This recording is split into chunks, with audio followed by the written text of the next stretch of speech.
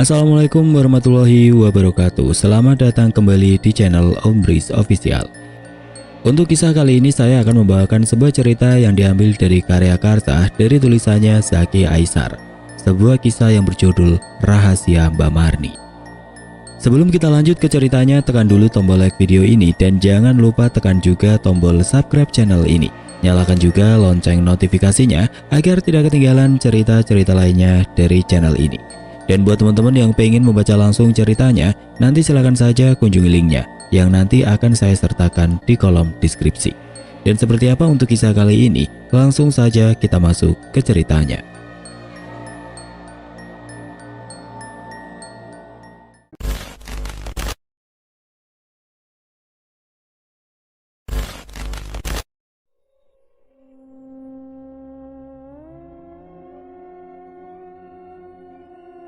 Jawa Timur tahun 2000.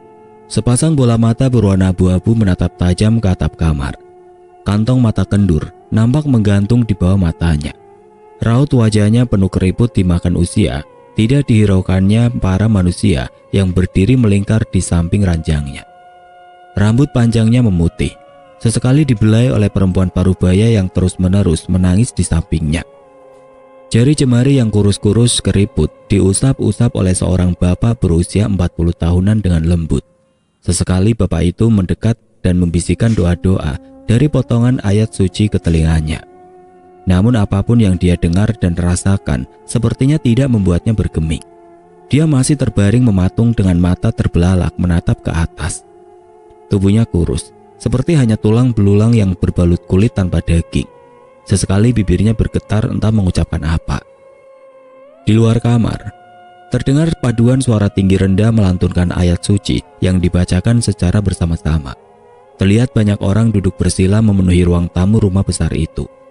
Mereka membacakan surah Yasin bersama-sama. Malam itu terhitung sudah lebih dari 5 bulan Mbah Marni tergolek lemah di kasurnya. Padahal sebelumnya beliau adalah wanita tua yang sehat dan hampir tidak pernah mengalami sakit sepanjang hidupnya. Namun, suatu malam sekitar 6 bulan yang lalu, Mbah Marni tiba-tiba ditemukan kaku di kamarnya. Matanya terbelalak dan mulutnya menganga. Entah dia menderita sakit apa, karena setiap dokter yang didatangi selalu mengatakan bahwa beliau sehat-sehat saja. Hasil medical check up pun bagus. Mulai dari darah hingga hasil radiologi pun tidak diketemukan sesuatu yang janggal. Keluarga Mbah Marni terkenal kaya raya. Mereka memiliki peternakan sapi besar dan juga sawah yang membentang luas. Sehingga berapapun biaya pengobatan Mbah Marni tidak jadi soal bagi keluarganya. Sudah tidak terhitung dokter, tabib, hingga pakar pengobatan alternatif didatangi. Namun hasil yang baik bagi Mbah Marni tidak kunjung mereka dapati. Mbah Marni 2 kali menikah. Dari suami pertamanya Agus, dia mempunyai 2 orang anak, yaitu Darman dan Ningsi. Setelah Agus meninggal pada akhir tahun 1965, Mbah Marni menikah lagi dengan duda anak 3 yang juga teman baik Agus yang bernama Hartoyo. Hartoyo mempunyai 3 anak dari istri pertamanya yang telah meninggal saat melahirkan anak ketiganya. Ketiga anak Hartoyo bernama Prapto, Narto, dan Parwoto. Hartoyo juga mempunyai seorang anak laki-laki dengan Mbah Marni bernama Baskoro. Sayangnya Hartoyo dan ketiga anaknya telah meninggal beberapa tahun yang lalu. Sedangkan Baskoro anaknya dengan Mbah Marni sekarang merantau ke Sumatera. Mbah Marni kini dirawat oleh kedua anak dari suami pertamanya, yaitu Darman dan Ningsi. Setelah usaha mereka membawa Mbah Marni ke pakar pengobatan nihil, Darman menduga mungkin saja sakit yang diderita Mbah Marni akibat oleh ilmu sihir. Sehingga Darman mengundang kiai dan jamaah masjid di kampungnya membacakan Yasin untuk kesembuhan Mbah Marni. Darman berharap bacaan Yasin dapat meringankan sakit Mbah Marni jika memang sakit itu diakibatkan oleh ilmu sihir. Sebenarnya sebagian perasaan Darman sudah pasrah jika Mbah Marni pada akhirnya harus meninggal dunia. Yang terpenting baginya, si ibu tidak terus-menerus tersiksa dengan penyakit anehnya. Malam itu hari pertama diadakan Yasinan di rumah Mbah Marni. Kata Kiai Sarno, kemungkinan Yasinan akan diadakan selama 7 malam berturut-turut. Meski lantunan ayat suci telah dibacakan, sepertinya tidak berpengaruh banyak kepada wanita tua usia 63 tahun itu. Dia masih terdiam kaku seperti malam-malam sebelumnya. Di Di kamar Mbak Marni terbaring, telah berkumpul keluarga Mbak Marni, mulai dari anak, menantu, dan cucu-cucunya. Ada pula para tetangga yang juga menjadi orang kepercayaan keluarga Mbak Marni turut hadir di kamar itu. "Darman, memang ibumu sebelumnya kenapa? Kok bisa tiba-tiba sakit kayak gini?" tanya Sarino tetangga mereka. Darman diam sejenak. Dia mengusap titik air mata yang membasahi matanya. "Saya sendiri kurang tahu, Pak. Hanya saja saat itu ibu pesan kepada saya, 'Le, dengarkan ibu. Nanti apapun yang terjadi pada ibu, jangan sampai Baskoro pulang ke kampung.' Begitu pesan ibu kepada saya. Seolah beliau tahu akan terjadi sesuatu kepadanya. Dan bodohnya, saat itu saya tidak bertanya lebih lanjut," jawab Darman sambil matanya menatap ibunya yang tergolek di kasur. "Jadi sampai sekarang si Baskoro tidak tahu kalau ibunya kayak gini?" Darman hanya menggeleng pelan, pertanda dia membenarkan ucapan Sarino. "Kok aneh yo? Ono apa ya?" ujar Sarino bertanya-tanya. "Wes, ora usah sok kayak dukun, Pak. Mungkin itu cuma pesan saja dari Mbak Marni yang memang sudah ngerasa bakalan sakit dan tidak mau membuat anaknya khawatir," sahut Misiem, istri Sarino. Suara alunan surah Yasin masih terdengar nyaring. Sudah 2 kali surah Yasin dibacakan malam itu. Memang anjuran dari Kiai Sarno, bacaan Yasin diulang hingga 3 kali tiap malam. Setelah selesai 3 kali membaca, masing-masing orang yang membaca Yasin akan meniup doa ke sebuah gelas yang berisi air. Kemudian air itu nantinya akan diminumkan ke Mbak Marni. Tampak gelas yang berisi air itu kini di hadapan Kiai Sarno yang terpejam sambil duduk bersila, sedangkan mulutnya masih terus melantunkan surah Yasin. "Ibu!" Suara teriakan Ningsi mengejutkan orang-orang yang berkumpul di kamar Mbah Marni. Ningsi terkejut melihat ibunya dengan tiba-tiba duduk dengan mata melotot tajam, menatap ke depan tanpa memperdulikan Ningsi yang berada di sampingnya. "Ibu?" ucap Darman keheranan, disusul oleh ekspresi keterkejutan dan ketakutan dari seluruh orang yang berada di kamar itu. "Ibu, Bagas takut," ucap seorang anak usia 8 tahun kepada Ningsi. Kemudian anak itu beringsut dan membenamkan wajahnya ke tubuh Ningsi. Ayu, anak kedua Darman juga ikut menangis dan langsung digendong oleh Ratna, istri Darman. Sedangkan Angga, anak pertama Darman, ikut membaca Yasin dengan Kiai Sarno di ruang tengah. Mbah Marni tiba-tiba berdiri di atas kasurnya. Pemandangan itu membuat semua orang semakin keheranan dan ketakutan. Pasalnya, Mbah Marni yang sudah 6 bulan terbaring kaku tidak bisa bergerak. Mana mungkin tiba-tiba berdiri tegak layaknya orang yang sehat bugar. Mbah Marni menggunakan daster warna putih, rambutnya putih panjang terurai sepinggang. Sebuah perpaduan yang membuat wanita tua itu semakin terlihat menyeramkan. Lalu Mbah Marni berjongkok di atas kasurnya. Kepalanya menoleh perlahan dan matanya memandang satu persatu orang yang hadir di kamarnya. Tatapan matanya tampak jahat dan mengerikan. Berpadu dengan senyum lebar yang tersungging di bibirnya, membuat siapapun akan meremang jika menatapnya saat ini. Kini kepalanya menggeleng pelan, disusul bibirnya bergetar bersenandung pelan, sebuah langgam berbahasa Jawa kuno. Lampu bohlam bercahaya kuning yang terpasang di langit-langit kamar berkedap-kedip saat Mbah Marni mendendangkan langgam. Kepalanya kini semakin cepat menggeleng ke kanan dan kiri, membuat wanita itu semakin tampak mengerikan. Orang-orang hanya berdiam mematung, tidak bisa berucap sedikit pun. Ketakutan telah membuat mereka membeku dan tidak bisa berbuat apa-apa. Kemudian Mbah Marni melompat turun ke bawah ranjang, menatap sekilas ke orang-orang di sekitarnya, lalu berjalan keluar kamar sambil sesekali berjinjit dan berputar-putar. Kini dia menuju ke ruangan tengah, yaitu tempat di mana para jamaah melantunkan surah Yasin. Paduan suara ayat suci seolah tidak membuatnya berhenti. Dia terus berjalan menuju asal suara lantunan ayat suci. Dia menyibakkan serambu pembatas ruang tengah, lalu dia muncul begitu saja di tengah orang-orang yang sedang berkumpul membacakan Yasin untuknya. Mbah Marni kini telah berdiri di tengah-tengah orang-orang yang sedang berkumpul membacakan surah Yasin itu. Kemudian Mbah Marni mulai menari-nari, berputar-putar dan berlenggak-lenggok layaknya penari gambyong sambil menendangkan langgam dengan keras, seakan dia ingin mengalahkan kerasnya bacaan Yasin. Satu persatu orang yang membaca Yasin mulai terdiam. Mereka ketakutan melihat Mbah Marni yang kini nampak menyeramkan. Tidak lama kemudian suara alunan surah Yasin mulai senyap, hanya tertinggal Kiai Sarno yang masih bertahan membaca Yasin. Mbah Marni tiba-tiba terdiam. Dia tidak lagi menari-nari, dia kini berdiri mematung. Kemudian kepalanya menengok ke arah Kyai Sarno yang duduk di sampingnya sambil membaca surat Yasin. Mbah Marni hanya menolehkan kepalanya ke arah Kyai Sarno, sedangkan badannya masih kaku menghadap ke depan. Matanya tajam menatap Kyai Sarno dan senyum mengerikan tersungging dari bibirnya. Kemudian Mbah Marni tertawa melengking keras sekali, hingga beberapa orang menutup telinganya karena saking takutnya mendengar suara tawa Mbah Marni. Para keluarga yang tadi berkumpul di kamar Mbah Marni hanya menatap terdiam, tidak bisa mencegah dan melakukan apapun kepada Mbah Marni. Pelan-pelan, Mbah Marni merangkak menuju Kyai Sarno. Kyai Sarno masih terus membaca Yasin sambil tetap memejamkan mata. Bacaannya mulai sedikit bergetar, badannya tampak menggigil. Dan ketika Kyai Sarno membuka mata, wajah Mbah Marni telah berada di hadapan matanya dengan senyuman lebar tersungging di bibirnya. Kyai Sarno terkejut bukan kepalang. Dia sampai hampir ambruk ke belakang. "Kyai kampret, umurmu berapa? Berani-beraninya kau melawanku? Kau kira bacaanmu mempan?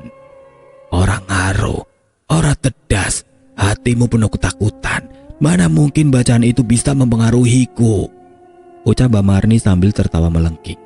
"Astagfirullah, astagfirullah," ucap Kyai Sarno pelan dan berulang-ulang sambil menguatkan hatinya agar tidak gentar berhadapan dengan Mbah Marni. "Astagfirullah, astagfirullah, orang ngaruh," ujar Mbah Marni menirukan ucapan Kyai Sarno dengan keras menggunakan nada yang meledek. Kyai Sarno tercekat, keringat dingin mengucur di keningnya. Dia kemudian beringsut ke belakang, menjauh dari wajah Mbah Marni yang sangat dekat di depan matanya. Kemudian Mbah Marni mengambil gelas di hadapan Kyai Sarno. Sesaat dia mengamati gelas berisi air itu, kemudian meminum airnya sampai habis. Lalu, krak, Mbah Marni mengunyah gelas itu tepat di depan wajah Kyai Sarno. Kemudian dia memakan pecahan gelas beling itu tanpa ada luka sedikit pun di bibirnya. Beberapa pecahan beling diludahkan ke depan Kyai Sarno. Sambil Mbah Marni terus merangkak mendekat ke arah Kyai Sarno.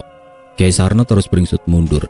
Dia ingin bangkit dan melawan, namun aura mengerikan dari Mbah Marni membuat dia tidak mampu bangkit. Sejurus kemudian dari depan rumah besar itu muncullah sesosok kakek tua memakai peci hitam dan baju hitam. Rambutnya tipis memutih, muncul di sela-sela peci hitamnya.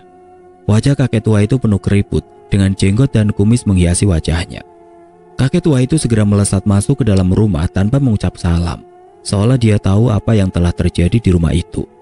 Dia langsung mendekap tubuh Mbah Marni, mengusap wajahnya dengan telapak tangannya, lalu membisikkan sesuatu di telinga Mbah Marni. "Sudah Kanjeng Ratu, kembalikan Sukma Marni. Aku janji akan menyelesaikan masalah ini," ucap kakek itu pelan di telinga Mbah Marni.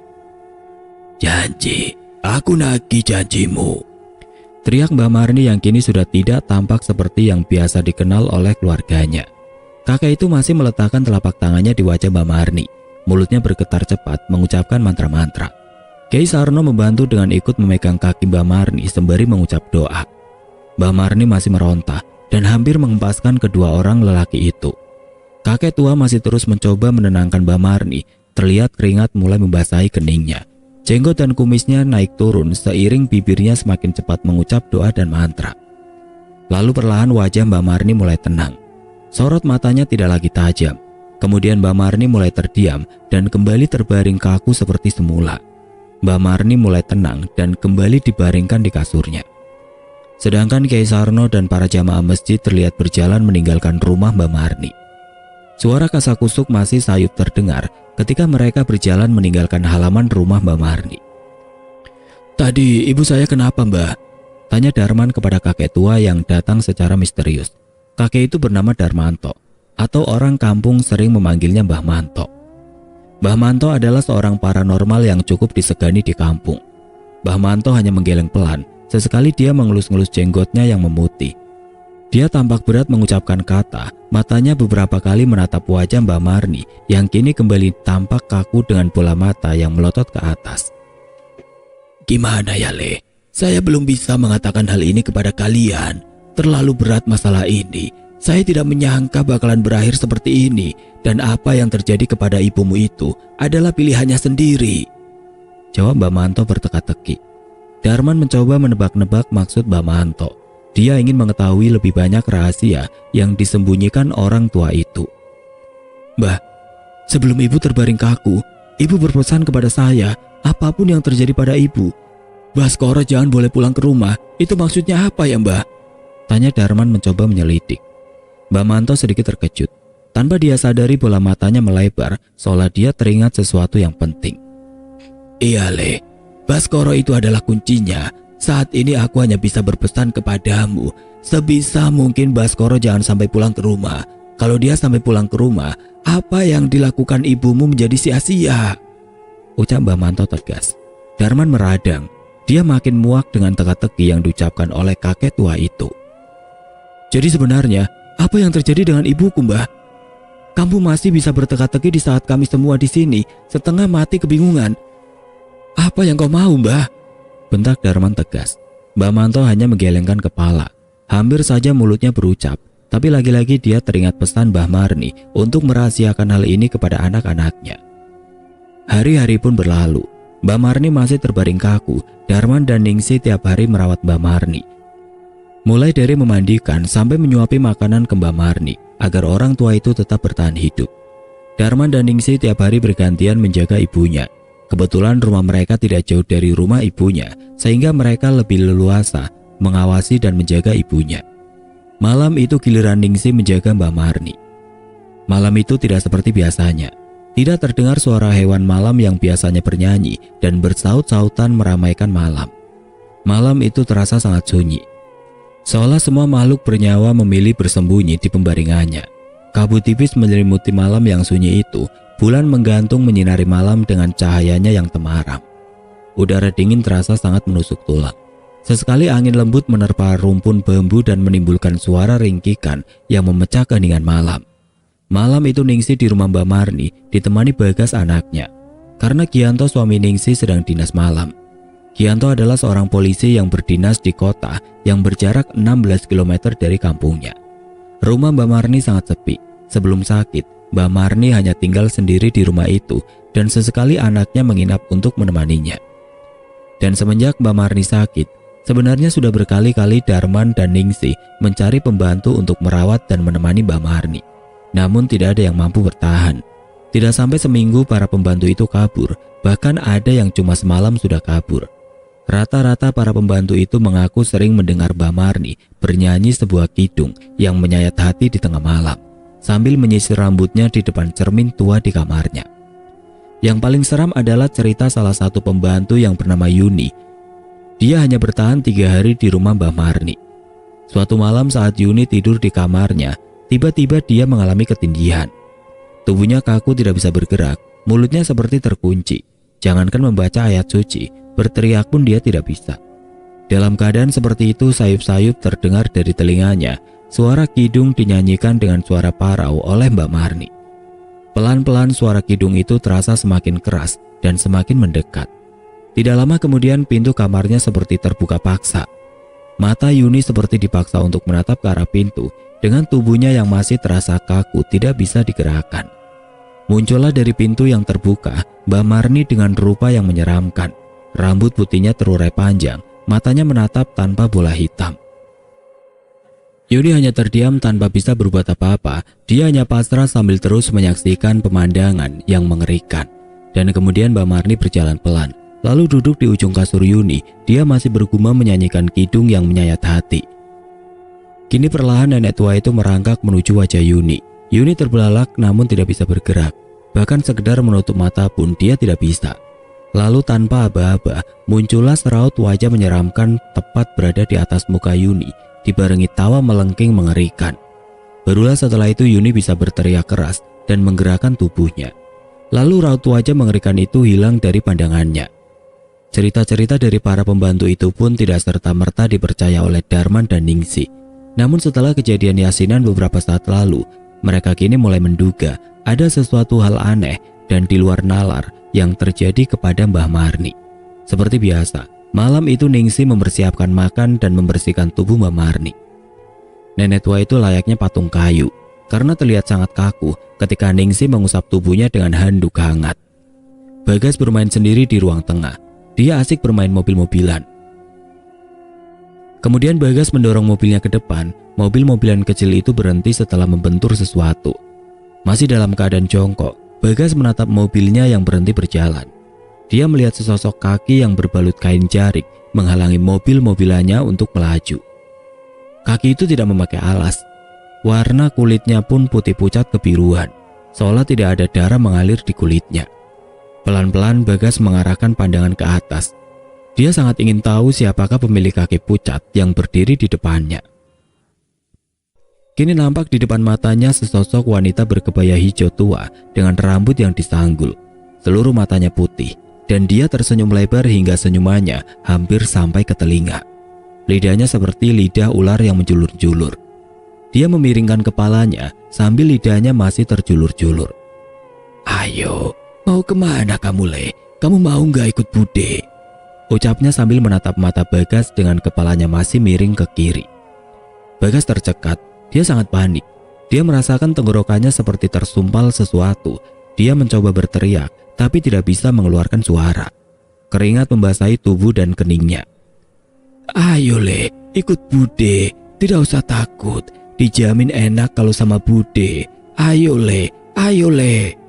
Ucap wanita menyeramkan itu disertai tawa mengikik pelan. "Ayo, Le, ayo, Le." Ucapnya terus-menerus sambil merangkak mendekati Bagas yang terduduk ketakutan. Bagas makin ketakutan. Dia beringsut mundur, lalu dia menutup mata dengan kedua telapak tangannya. Nafasnya tersegal-segal. Keringat membasahi tubuhnya. Dia pun menangis, namun lagi-lagi tangisannya seolah tidak bersuara. Bahkan ketika dia memaksa untuk bersuara, tangisan itu tetap tidak mengeluarkan suara. Sesaat dia tidak mendengar lagi suara wanita itu. Dia mencoba mengintip dengan membuka sedikit telapak tangannya yang menutupi mata. Terlihat tangannya bergetar, seiring dengan nafasnya yang semakin memburu. Pelan-pelan dia membuka telapak tangannya sambil diikuti dengan membuka mata. Dia tidak bisa melihat apa-apa di depan matanya. Bagas sedikit lega. Dia mulai mengatur nafasnya. Lalu, "Ayo, Le," ucap wanita itu lagi. Dan kini si wanita menyeramkan itu berdiri di belakang Bagas. Dia menjulurkan kepalanya ke depan Bagas dari posisi belakang, sehingga kepala itu terlihat terbalik di hadapan Bagas. Bagas berteriak keras. Akhirnya teriakan Bagas memunculkan suara. "Ibu!" teriak Bagas keras. Mendengar hal itu, ibunya langsung lari tergopoh menuju ke arah Bagas. "Kenapa, Le?" ucap ibunya terenyak. Bagas tidak menjawab dan hanya terlihat menangis di ruangan tengah rumah neneknya. Tanpa bertanya lagi, ibunya langsung memeluk Bagas yang masih nampak ketakutan. Ningsi berkali-kali mengusap-usap punggung Bagas dan mencoba menenangkannya. Nampak raut wajah Ningsi menggambarkan kekhawatiran. Sedangkan Bagas membenamkan wajah ke tubuh ibunya sambil terus-menerus menangis terisak. Sore itu Ningsi bertamu ke rumah kakaknya Darman. Ningsi mulai gusar dengan banyaknya kejadian aneh yang terjadi kepada ibunya. "Mas, kayaknya kita harus cari tahu tentang apa yang sebenarnya terjadi kepada ibu. Ini jelas ada sesuatu hal aneh yang ditutupi oleh ibu," ucap Ningsi mulai berbicara dengan wajah penuh kekhawatiran. "Lah kamu tahu sendiri, Mbah Manto yang tahu masalah ini juga tidak mau bercerita. Terus kita harus bagaimana?" Ningsi tampak berpikir keras. Dia memutar bola matanya ke atas, mencari sebuah ide. "Apa kita suruh Baskoro pulang saja, Mas? Biar kita tahu apa yang akan terjadi jika Baskoro pulang. Siapa tahu ibu langsung sembuh," ucap Ningsi memberi solusi. "Tapi ntar kalau malah terjadi sesuatu yang buruk menimpa Baskoro, gimana?" "Tapi ini kewajiban kita ngasih tahu Baskoro, Mas. Bagaimanapun dia anak ibu juga. Masa ibunya sakit keras kita cuma diam saja?" "Atau gini saja, Ningsi. Kita ancam Mbah Manto. Kalau dia tidak mau bicara, kita akan menelpon Baskoro untuk pulang. Gimana?"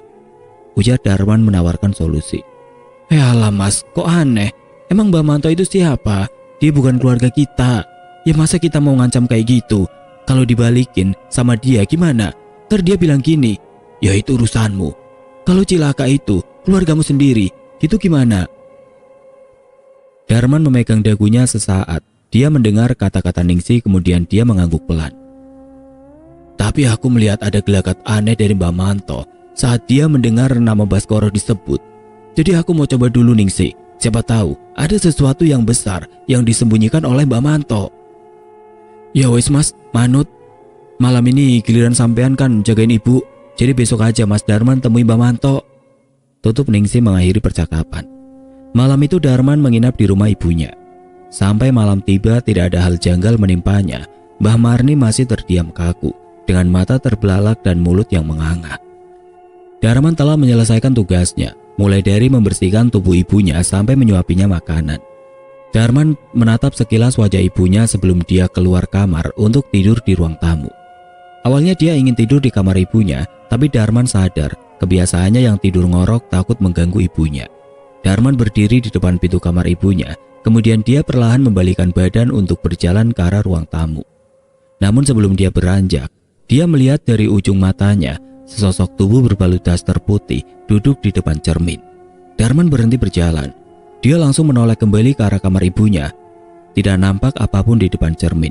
Yang terlihat hanya tubuh kaku ibunya terbaring di ranjang. Mungkin aku cuma berhayal. Darman membalikkan badan dan ingin segera berjalan ke arah ruang tamu. Namun lagi-lagi sesuatu yang aneh dia tangkap dari ujung matanya. Kini dari ujung matanya nampak seseorang berbaju putih berdiri di dalam kamar ibunya. Apalagi ini? Kemudian Darman menoleh kembali dan dia terkejut melihat ibunya yang berdiri kaku dengan mata melotot dan mulut menganga menatapnya. Ibu? Ucap Darman terbata-bata. Sepersekian detik Darman berdiri kaku tidak percaya memandang ibunya yang berdiri tegak dengan mata melotot dan mulut menganga menatapnya. Darman mengucek mata ingin memastikan apa yang dilihatnya adalah benar. Selesai dia mengucek mata, kini yang dia lihat sungguh berbeda. Dia melihat ibunya masih berbaring di ranjangnya. Perasaan tadi aku melihat ibu berdiri dan sekarang, sudahlah. Berarti benar kata Ningsih, aku harus segera bertindak. Pagi-pagi buta Darman bergegas berjalan menuju rumah Mbah Manto. Lingkaran hitam tampak menghiasi mata Darman, menandakan dia tidak bisa tidur semalaman. Tidak lama kemudian Darman sampai di rumah Mbah Manto. Rumah Mbah Manto terbuat dari kayu jati dengan halaman rumah yang luas. 2 pohon sawo besar berdiri kokoh di halaman rumah Mbah Manto, membuat halaman rumah itu terlihat sejuk. Darman segera berlari menuju rumah Mbah Manto. Sampai di depan pintu, Darman segera mengetuk pintu kayu rumah Mbah Manto. Kula nuwun, Assalamualaikum, ucap Darman sambil mengetuk pintu. Waalaikumsalam, jawab suara dari dalam rumah. Tidak lama kemudian Mbah Manto keluar dari rumahnya. Ketika dia membuka pintu, dia sedikit terkejut melihat Darman berdiri di depan pintu. Memang Mbah Manto tinggal sendiri di rumah itu. Mbah Manto tidak pernah menikah. Dia hidup sebatang kara di rumah itu. Loh, Darman, ada apa pagi-pagi kesini nak? Mbah, ini sudah gawat. Ibu dari hari ke hari semakin aneh. Sudah Mbah bicara saja, apa yang sebenarnya terjadi? Kalau Mbah tidak mau bicara, maka aku akan menyuruh Baskoro pulang. Aku tidak peduli lagi Mbah, balas Darman tegas tanpa banyak basa-basi. Tepat seperti yang dia duga, raut wajah Mbah Manto langsung berubah ketika nama Baskoro disebut. Mbah Manto tampak khawatir dan panik. Mbah Manto terdiam. Dia tampak berpikir tenang langkah apa yang harus dia ambil kali ini. Sesekali dia menatap wajah Darman yang nampak sangat kelelahan dan penuh kesedihan. Mbah Manto merasa pasti Darman sangat terpukul dan merasakan kesedihan yang luar biasa dengan apa yang terjadi kepada ibunya. Iya Le, Mbah akan cerita. Tapi jangan sampai kamu ceritakan ini ke banyak orang, terutama Baskoro. Aku tidak mau anak itu tahu masalah ini. Ayo masuk Le, Mbah akan menceritakan semuanya kepadamu, ucap Mbah Manto sambil mempersilahkan Darman masuk. Setelah masuk rumah, Darman mengedarkan pandangannya untuk melihat-lihat rumah Mbah Manto. Kemudian dia duduk di kursi rotan di tengah ruangan. Mbah Manto masuk ke dalam sebuah ruangan di dalam rumahnya, kemudian kembali lagi dengan membawa 2 gelas kopi. Setelah menghidangkan kopi itu, Mbah Manto menyulut sebatang rokok dan kemudian membuka percakapan. Jadi, kisah ini dimulai pada tahun 1960 nak. Ketika aku, Agus bapakmu dan Hartoyo, bapak tirimu, bertemu dengan ibumu. Ibumu dulu adalah seorang gadis sangat cantik. Dia seorang penari gambyong terkenal di daerah Madiun dan sekitarnya, ucap Mbah Manto membuka cerita. Jawa Timur 1960. Agus, Darmanto, dan Hartoyo adalah 3 pemuda yang berteman baik. Mereka sering menghabiskan waktu bersama. Mereka saling kenal karena mereka bertiga tergabung ke dalam sebuah partai politik yang berlambang palu dan arit yang sangat terkenal kala itu. Suatu kali setelah pertemuan di sebuah kota di Jawa Timur, Hartoyo mengajak kedua temannya untuk berjalan-jalan mengelilingi kota itu. "Enak kan kota ini, gak kayak di kampung kita yang sepi itu," ucap Hartoyo kepada kedua temannya. "Iya, tapi tetap bagaimanapun paling nyaman buat tinggal ya kampung kita sendiri. Kota ini terlalu ramai, kurang nyaman kalau untuk tinggal," balas Agus. "Jul, Dus, lihat itu, kayaknya ada pertunjukan," ucap Darmanto kepada kedua temannya dengan nama julukan yang memang biasa dia ucapkan. "Kayaknya Gambyong itu, Plan. Biasanya kalau Gambyong itu yang nari cantik-cantik," balas Hartoyo. Ketiga remaja itu segera berjalan ke arah pertunjukan Gambyong itu.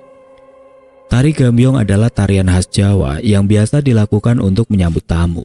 Karena memang saat itu kebetulan banyak petinggi partai berkumpul sehingga banyak pertunjukan untuk menghibur para petinggi partai. Mata ketiga remaja itu seolah tertuju kepada satu gadis yang teramat cantik.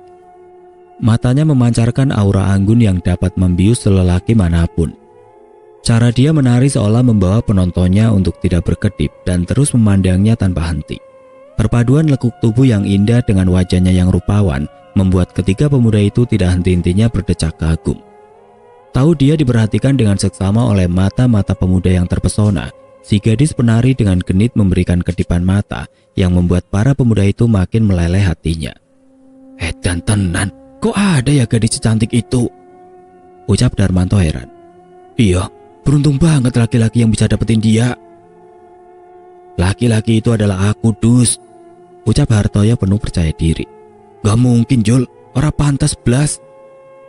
Aku rela gadein tanah mbahku untuk bisa nikahin dia, Cok," ucap Darmanto menyela. Kemudian Hartoyo merangkul kedua temannya, lalu dengan mata yang masih menatap gadis penari itu, Hartono berkata, "Wedus, Topleng, dengarkan aku. Mulai hari ini kita bersaing untuk dapetin dia. Kita bersaing secara sehat. Kita orang terpelajar dan kader partai besar. Jadi malulah kalau berantem demi seorang gadis. Gimana? Setuju ora?" ucap Hartoyo menawarkan tantangan kepada kedua sahabatnya. "Setuju, Jul. Lawan aku enteng kalau cuma kalian berdua." "Aku jelas gak mau kalah sama kalian. Wedus sama Panjul bagiku enteng," gumam Darmanto dalam hati. Dia hanya menganggukkan kepala pertanda menyetujui tantangan Hartoyo alias Panjul. Mereka bertiga saling menepuk tangan tanda mereka telah setuju dengan tantangan yang dibuat oleh Hartoyo. Hari demi hari berganti. Mereka bertiga saling bersaing mendekati si penari yang bernama Sumarni. Marni tinggal tidak jauh dari kampung mereka, sehingga mereka bisa dengan mudah mendekati Marni. Segala cara dan jurus maut mereka kerahkan untuk dapat menaklukkan hati Marni. Semakin lama mereka semakin keras bersaing mendapatkan gadis cantik itu, dan tanpa sadar dalam hati mereka kini muncul bibit kebencian, sehingga persahabatan mereka mulai merenggang.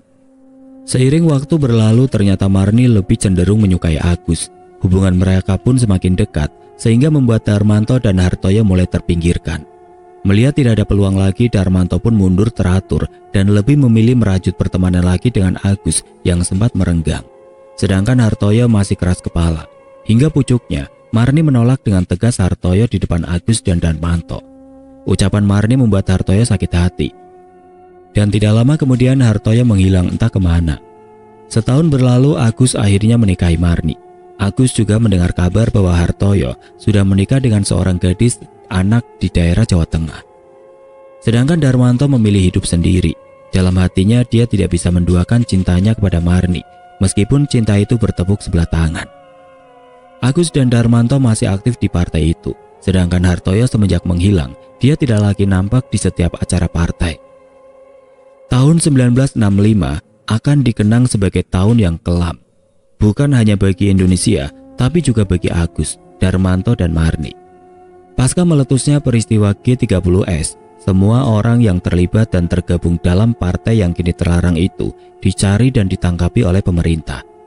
Tiap malam satu persatu desa didatangi sekelompok tentara bersenjata lengkap dengan menggunakan truk-truk besar.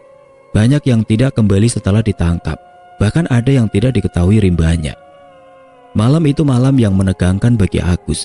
Berkali-kali matanya menatap dari balik rumahnya yang terbuat dari anyaman bambu. Keringat membasahi keningnya, nafasnya memburu.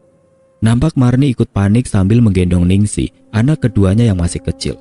Sedangkan Darman tampak ketakutan memeluk kaki ibunya. "Piye Pak, apa lebih baik kita kabur saja?" ucap Marni dengan wajah panik. "Mau kabur kemana, Dek? Tiap malam seluruh desa didatangi tentara. Kalau kita kabur, malah kita kena operasi jam malam.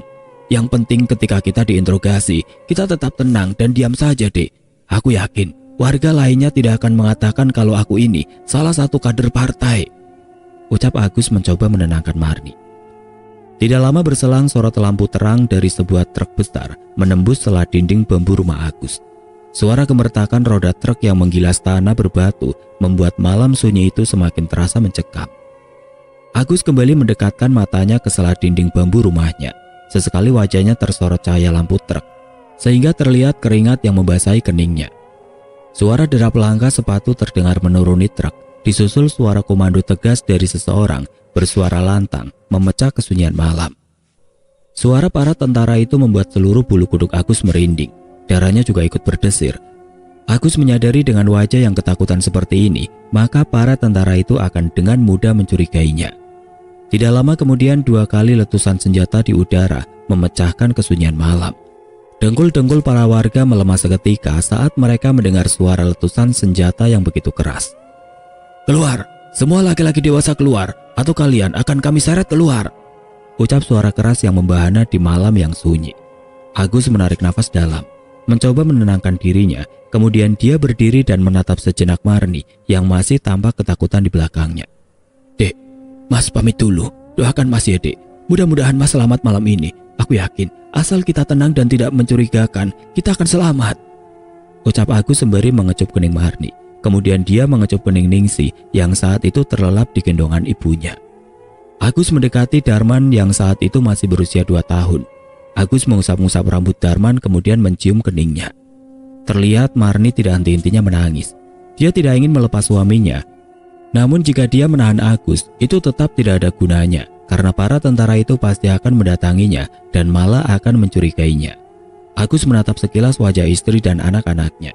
Kemudian dia membuka pintu dan menghilang saat pintu kayu itu ditutup kembali olehnya. Marni merasakan sesuatu yang buruk akan terjadi kepada suaminya. Namun dia tidak bisa berbuat apa-apa lagi saat ini, selain terus berdoa dan berharap keselamatan menyertai suaminya. Sampai di sebuah tanah lapang berkumpullah para pria dengan todongan senjata para tentara. Satu persatu warga dipanggil, satu persatu warga berjalan menuju sebuah tempat gelap. Di sana mereka bertemu seseorang yang akan menentukan warga itu dibawa atau dikembalikan ke rumahnya. Agus merasakan tubuhnya bergetar hebat. Apalagi tidak lama sebelumnya, ada warga yang ditembak karena mencoba kabur. Suara tembakan itu membuat beberapa pria lain sampai terkencing-kencing karena ketakutan. Udara malam itu begitu dingin, bahkan sampai terlihat kabut tipis menyelimuti desa. Namun udara sedingin itu masih membuat para pria pesakitan yang menunggu nasib hidupnya bercucuran keringat. Kini tiba giliran Agus. Agus terkejut bukan main ketika sebuah besi dingin menempel di belakang kepalanya. "Berdiri!" bentak pria yang menempelkan senjata di kepala Agus. "Ayo, jalan!"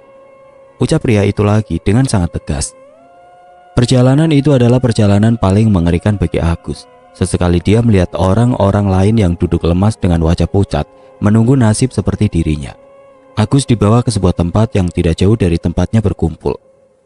Tampak dari matanya 2 orang di kegelapan malam dengan bara rokok yang menyala kecil seperti titik merah di gelapnya malam. Agus didudukan di depan 2 orang itu.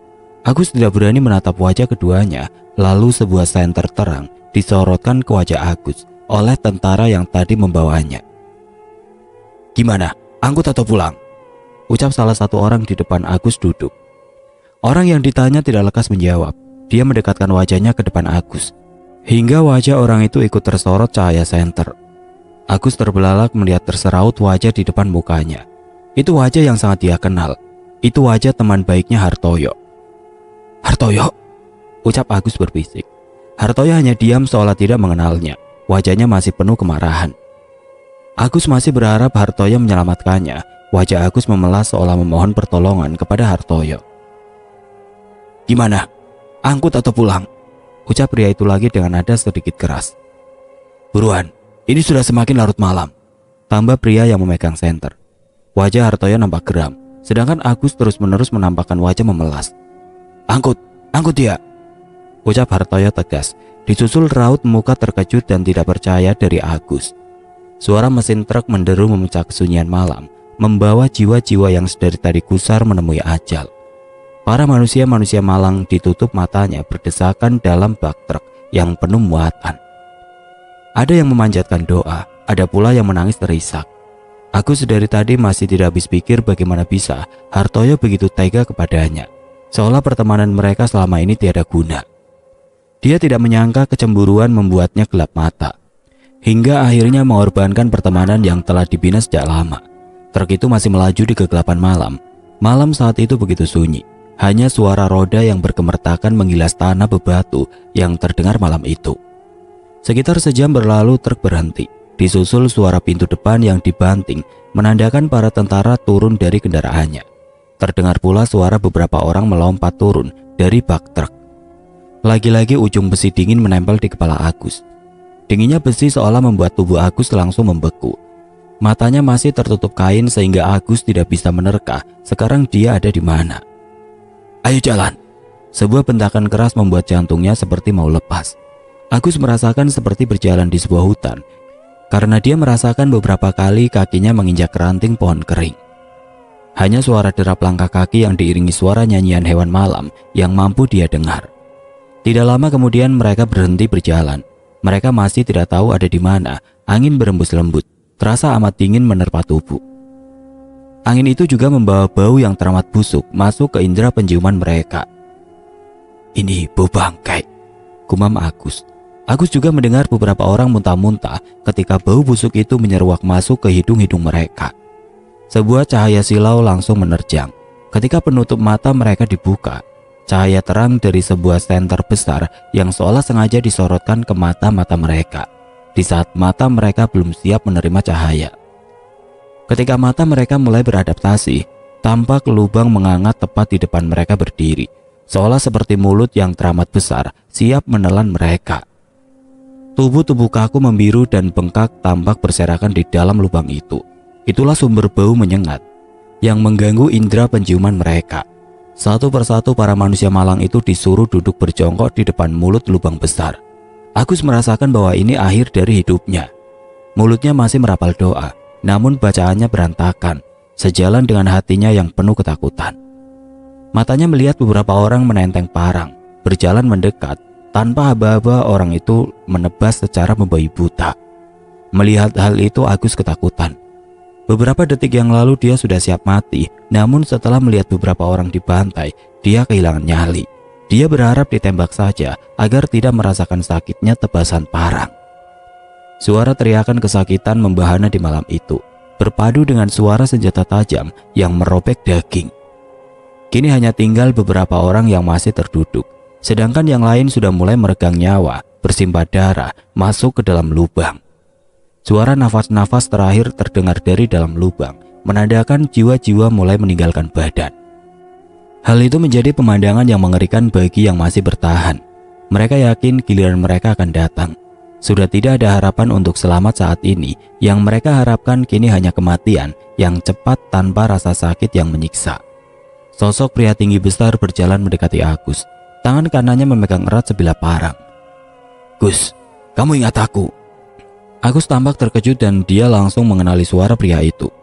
Hartoyo, sialan kamu, kenapa kamu tega melakukan ini? Hartoyo terdiam, dia mendekatkan wajahnya sangat dekat di hadapan Agus. Dua hal yang aku rela melakukan apapun untuk mendapatkannya. Pertama, harta dan kedua cinta. Aku sangat mencintai Marni dan aku akan melakukan apapun untuk merebutnya dari genggamanmu. Agus terhenyak mendengar ucapan Hartoyo. Ingin sekali Agus memberikan pukulan di wajahnya, namun saat ini mau tidak mau, dia hanya bisa menahan amarahnya. Sialan kau tidak punya harga diri. Harga diri? Buat apa mempertahankan harga diri kalau ujung-ujung yang mati? Tidak ada yang mengenang harga dirimu, dan orang-orang akan segera melupakanmu setelah kau mati. Belum sempat Agus berkata-kata lagi, Hartoyo langsung menjambak rambut Agus dan menggorok lehernya. Darah pun bermuncratan ke segala arah, lalu dihempaskannya tubuh Agus ke dalam lubang. Agus meregang nyawa, matanya melotot menatap ke atas seiring dengan jiwanya yang perlahan meninggalkan badan. Agus pun tewas malam itu bersama banyak orang lainnya. Hutan dan keheningan malam menjadi saksi kematian mereka. Di rumah berdinding kayu, Marni tampak gusar. Beberapa kali matanya menatap keluar, namun tidak dia dapati orang yang dia nantikan. Kemudian pintu rumahnya diketuk. Sesaat Marni masih ragu untuk membuka pintu. Sebagian hatinya berharap Aguslah yang mengetuk pintu. Namun sisi lain hatinya juga nampak ragu. Namun akhirnya dia mendekat ke arah pintu dan membuka pintu kayu itu. Matanya terbelalak ketika melihat seorang pria bersenjatakan parang dengan wajah bersimbah darah berdiri di balik pintu. Matanya menatap tajam wajah Marni. Wajahnya penuh darah, entah itu darah siapa, tapi yang pasti tidak mungkin manusia dapat bertahan dengan darah yang begitu banyak memenuhi badan. Orang itu hanya terdiam, seolah tidak memperdulikan wajah ketakutan Marni. Tanpa berucap, orang itu langsung masuk dan duduk di kursi rumah Marni. Dia menancapkan parangnya ke meja kayu di depannya, lalu menyulut sebatang rokok.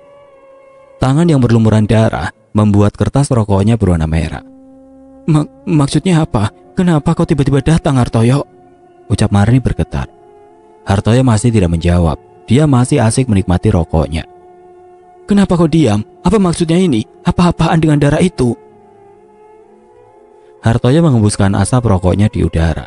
Dia terkekeh pelan hingga membuat asap rokok mengepul keluar dari sela bibirnya saat dia tertawa. Suamimu sudah mati. Darah yang kau lihat di tubuhku ini adalah darah suamimu dan orang kampung ini. Besok bisa saja akan bertambah dengan darah orang tuamu, kecuali kamu mau menikah denganku. Marni hanya terdiam, tidak bisa berkata-kata. Dia menangis pilu. Dia tidak menyangka suaminya mati dengan tragis. Dia lebih tidak percaya lagi Hartoyo lah yang menghabisi suaminya. Hartoyo masih terus terkekeh sambil menikmati rokoknya tanpa memperdulikan tangisan Marni yang menyayat hati. Marni pun geram. Sambil menangis dia berteriak dan berlari mencoba mencabut parang yang menancap di meja. Namun Hartoyo lebih cekatan. Dia menggenggam tangan Marni sehingga Marni tidak bisa mencabut parang. Lalu Hartoyo mendekatinya, mencekik lehernya dan mendorong tubuhnya hingga tubuhnya menempel di tembok bambu. Kini keduanya bertatapan mata. Jarak kedua wajah mereka sangat dekat. Kau masih sangat cantik seperti dulu, Marni. Lelaki mana yang tidak tergila-gila dengan pesonamu? Ucap Hartoyo sambil mengelus wajah Marni dengan tangannya yang berlumuran darah. Darah pun kini nampak membasahi wajah Marni. Marni ketakutan, dadanya naik turun dengan nafas memburu. Bunuh saja aku tidak sudi menikah denganmu. Berarti kau memilih orang tuamu mati. Aku bisa saja memasukkan mereka sebagai daftar orang yang dicari. Marni hanya terdiam, dia sangat ketakutan. Sejurus kemudian Hartoyo melepaskan cekikannya, lalu keluar dari rumah dengan tawa yang masih membahana.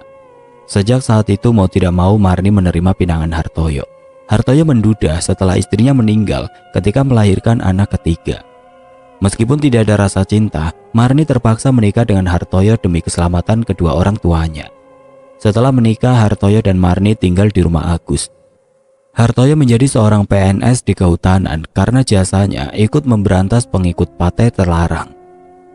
Sedangkan Marni mengurus rumah dan kelima anak. Ternyata Hartoyo adalah pribadi yang temperamen dan kasar. Dia sering memukuli Marni ketika sang istri tidak melakukan apa yang dia ingin. Wajah dan tubuh Marni sampai lebam-lebam karena dipukuli oleh Hartoyo. Bahkan anak-anak Marni juga menjadi sasaran kemarahan Hartoyo. Suatu hari ketika Marni pergi ke pasar, dia tidak sengaja bertemu seseorang yang tidak asing. Seolah takdir sedang menjalankan skenario-nya, orang itu adalah Darmanto. Darmanto selamat dari penculikan karena dia berpindah-pindah tempat tinggal. Statusnya yang lajang membuat geraknya lebih leluasa. Pertemuan itu bukanlah pertemuan biasa. Itulah awal dari semua malapetaka yang akan terjadi di antara mereka. Marni menceritakan segala tentang Agus kepada Darmanto. Darmanto nampak sangat kesal mendengar kabar kematian temannya. Apalagi kematian Agus karena pengkhianatan Hartoyo. Darmanto juga melihat wajah Marni masih terlihat membiru dan lebam karena pukulan-pukulan Darmanto yang masih menyimpan rasa cinta kepada Marni pun ikut geram melihat keadaan Marni. Hari demi hari Marni dan Darmanto semakin dekat. Seolah Darmanto adalah oase di tengah gurun rumah tangganya dengan Hartoyo yang tidak terbangun dengan pondasi cinta. Dari pertemuan biasa mulailah tumbuh bibit cinta. Darmanto memang sangat mencintai Marni. Perasaan yang telah lama dia pendam, kini dia luapkan. Sedangkan bagi Marni, kehadiran Darmanto mampu mengobati rasa sakit di hatinya. Darmanto seperti teman yang siap mendengarkan setiap keluhannya. Puncaknya, suatu hari Hartoyo kalah berjudi. Dia melampiaskan kekesalannya dengan memukuli Marni. Darman mencoba membantu ibunya, tapi tubuh kecilnya tidak sanggup mengalahkan Hartoyo yang memang terkenal sebagai jawara. Marni dan Darman diajar habis-habisan sore itu. Untung anak tertua Hartoyo mampu meredam emosi ayahnya sehingga Hartoyo tidak berbuat lebih jauh lagi. Malam itu Marni diliputi kesedihan dan kemarahan. Dia sudah tidak tahan lagi dengan perangai suaminya. Marni pun merencanakan untuk menghabisi Hartoyo. Marni bertemu lagi dengan Darmanto dan menceritakan masalahnya karena dia sudah tidak tahan dengan kebengisan Hartoyo. Suatu hari Hartoyo ditugaskan untuk mendata pohon di tengah hutan. Sebelum pohon-pohon itu ditebang, Hartoyo ditugaskan untuk menandai mana yang layak tebang, mana yang tidak boleh ditebang. Pekerjaan itu mengharuskan Hartoyo menginap di tengah hutan. Hal itu dimanfaatkan Marni untuk menemui Darmanto. Marni mengutarakan segala keluh kesahnya kepada Darmanto. Marni juga mengungkapkan bahwa dia sangat ingin menghabisi Hartoyo. Darmanto sadar bahwa temannya itu jago berkelahi, jadi akan sia-sia jika dia menantangnya duel. "Apa kita santet saja si Hartoyo itu?" ujar Darmanto memberi solusi kepada Marni. Marni hanya terdiam. Dia tidak bisa memutuskan, namun dia sudah tidak sanggup lagi terus-menerus hidup bersama orang yang sangat kejam. "Memangnya kamu punya kenalan dukun yang bisa menyantet dia? Karena setauku dia juga punya pegangan." "Tenang, Duk. Aku punya kenalan dukun sakti. Dia adalah guruku. Aku yakin sekuat apapun Hartoyo, dia pasti modar kalau berhadapan dengan guruku." Tanpa membuang waktu, keduanya langsung menemui dukun itu. Tidak seperti bayangan Marni, rumah si dukun tampak bagus dan mewah pada masa itu. Tidak tampak seperti rumah dukun kebanyakan yang berada di dalam hutan atau di kaki gunung.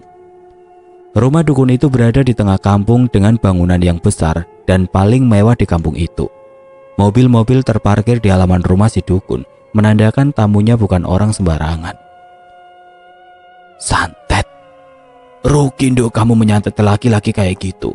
Mending jadiin dia tumbal pesugihan," kata dukun itu yang bernama Eyang Widarto sambil melintir kumisnya yang tebal. "Tumbal, Mbah?" Marni tampak tidak mengerti. "Ya, tumbal pesugihan Blorong atau Ratu Ular. Kamu hanya perlu siapkan mental untuk menjalani ritual, karena kamu akan bertapa semalaman di gua yang nanti bakal aku tunjukkan. Dan setelah itu, suamimu modar dan kamu kaya raya," ucap Eyang Widarto sambil mengisyaratkan jari menggesek lehernya. Marni dan Darmanto saling bertatap muka. "Gimana, Dar?" tanya Marni meminta saran. Darmanto hanya mengangguk tanda menyetujui saran dari gurunya. "Jadi orang jangan penuh keraguan. Kalau siap ya jalan, kalau nggak berani mending pulang. Urusan sama setan itu bukan main-main, Duk," ucap Eyang Widarto sambil menatap tajam wajah Marni. Marni berpikir sejenak lalu dia menatap wajah Eyang Widarto. "Baiklah, Mbah, saya siap. Saya siap menjalankan ritual pesugihan asalkan suami saya yang menjadi tumbal." "Bagus. Nah gitu. Kalau kau minta ke Tuhan, belum tentu bakalan dikasih kekayaan. Ibadah jengkang-jengking sampai jidat gosong. Yo, pangga miskin. Mending minta ke setan. Lah yo ngono to, Dar," ucap Eyang Widarto sambil tertawa menatap ke arah Darmanto. Marni pun langsung melakukan ritual malam itu. Dia bersemedi dalam gua yang gelap dan menyeramkan. Tidak dipedulikannya rasa takut karena tekadnya untuk membunuh Hartoyo jauh lebih kuat. Di dalam gua dia sempat didatangi sosok ular besar yang menggeliat mengerikan di depan matanya. Ular itu hanya nampak menguji kesungguhan Marni. Marni tetap tegar tanpa rasa takut hingga akhirnya menjelang pagi dinyatakan bahwa ritualnya telah diterima. "Jadi apa yang jadi hajatmu telah diterima Nyi Ratu. Nanti setelah tumbal diambil Nyi Ratu, harta yang besar akan kau dapatkan." Marni hanya mengangguk.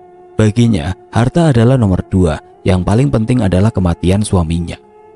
Selesai ritual, Marni dan Darmanto pulang ke rumah masing-masing. Berhari-hari Marni resah, menunggu Hartoyo mati menjadi tumbal. Hingga suatu hari Hartoyo tiba-tiba terbaring kaku, dengan mata melotot ke atas dan mulut menganga lebar. Tubuhnya seperti kayu kering, tapi dia belum mati. Hal itu belum memuaskan Marni, karena yang dia inginkan adalah kematian Hartoyo. Jika sakit begini, justru Marnilah yang repot. Marni bertemu lagi dengan Darmanto untuk menjelaskan kondisi Hartoyo. Mereka berdua akhirnya menanyakan hal itu kepada Eyang Widarto. Oh, itu karena kekuatan Kodam Hartoyo. Kodam itu masih mencoba mempertahankan tuannya, tapi aku jamin tidak sampai 2 bulan dia bakalan mati, ucap Eyang Widarto menjelaskan. Hartoyo yang tergolek lemah tidak berdaya membuat Marni sedikit lega. Dia kini bisa leluasa bertemu dengan Darmanto. Mereka berdua semakin akrab dan mulai terbuai oleh cinta. Si pria memendam cinta, sedangkan si wanita butuh belayan kasih sayang, sehingga akhirnya perpaduan kedua perasaan itu dituntaskan di atas ranjang. Tentunya nikmat dosa tidak akan dilakukan sekali. Berkali-kali mereka bercinta hingga Marni merasakan tubuhnya berbeda. Marni pun hamil benih dari Darmanto. 2 bulan kemudian Hartoyo meninggal. Hartoyo meninggal saat Marni hamil muda. Hal itu tidak membuat keluarga mereka curiga. Malah Marni mendapat simpati dari keluarganya karena mereka menyangka Marni mengandung benih Hartoyo. Setelah lahir, anak itu diberi nama Baskoro. Semua orang menyangka Baskoro adalah anak Hartoyo. Setelah kematian Hartoyo, Marni mendapatkan banyak harta. Sawahnya di mana-mana. Dia juga mempunyai peternakan besar. Namun tumbal tidak berakhir di Hartoyo. Kemudian satu persatu anak Hartoyo juga meninggal menjadi tumbal. Darmanto yang awalnya ingin menikahi Marni pun urung menikahi Marni karena dia takut menjadi tumbal selanjutnya. Ketika anak ketiga Hartoyo diambil menjadi tumbal, Marni merasa menyesal. Dia ingin memutus perjanjiannya dengan si Ratu Ular, namun semua hal yang dia lakukan sia-sia. Satu persatu tumbal pun terus diambil, mulai dari pekerja hingga sanak saudara yang ikut memakan hasil pesugihan itu. Beberapa tahun kemudian Marni mengajak Darmanto menemui gurunya lagi untuk memutus perjanjian yang menjerat Marni. Sudah aku bilang, perjanjian ini tidak bisa dibatalkan, ucap Eyang Widarto tegas. Mohon Mbah, coba lagi berkomunikasi, siapa tahu Nyi Blorong berubah pikiran. Setelah dilakukan komunikasi, iblis itu mau memutuskan perjanjian dengan syarat satu lagi tumbal terakhir, yaitu Baskoro. Mendengar hal itu, Darmanto dan Marni ketakutan. Mereka tidak mau Baskoro menjadi korban. Mereka mendesak lagi Eyang Widarto untuk meminta keringanan kepada si iblis ular. Aku tidak bisa membantu. Ratu pasti akan mengambil Baskoro cepat atau lambat. Kecuali Baskoro tinggal di luar Jawa, mungkin dia bisa selamat. Kemudian Baskoro pun dikirim ke Sumatera untuk bersekolah di sana. Dan yang paling penting dia bisa selamat.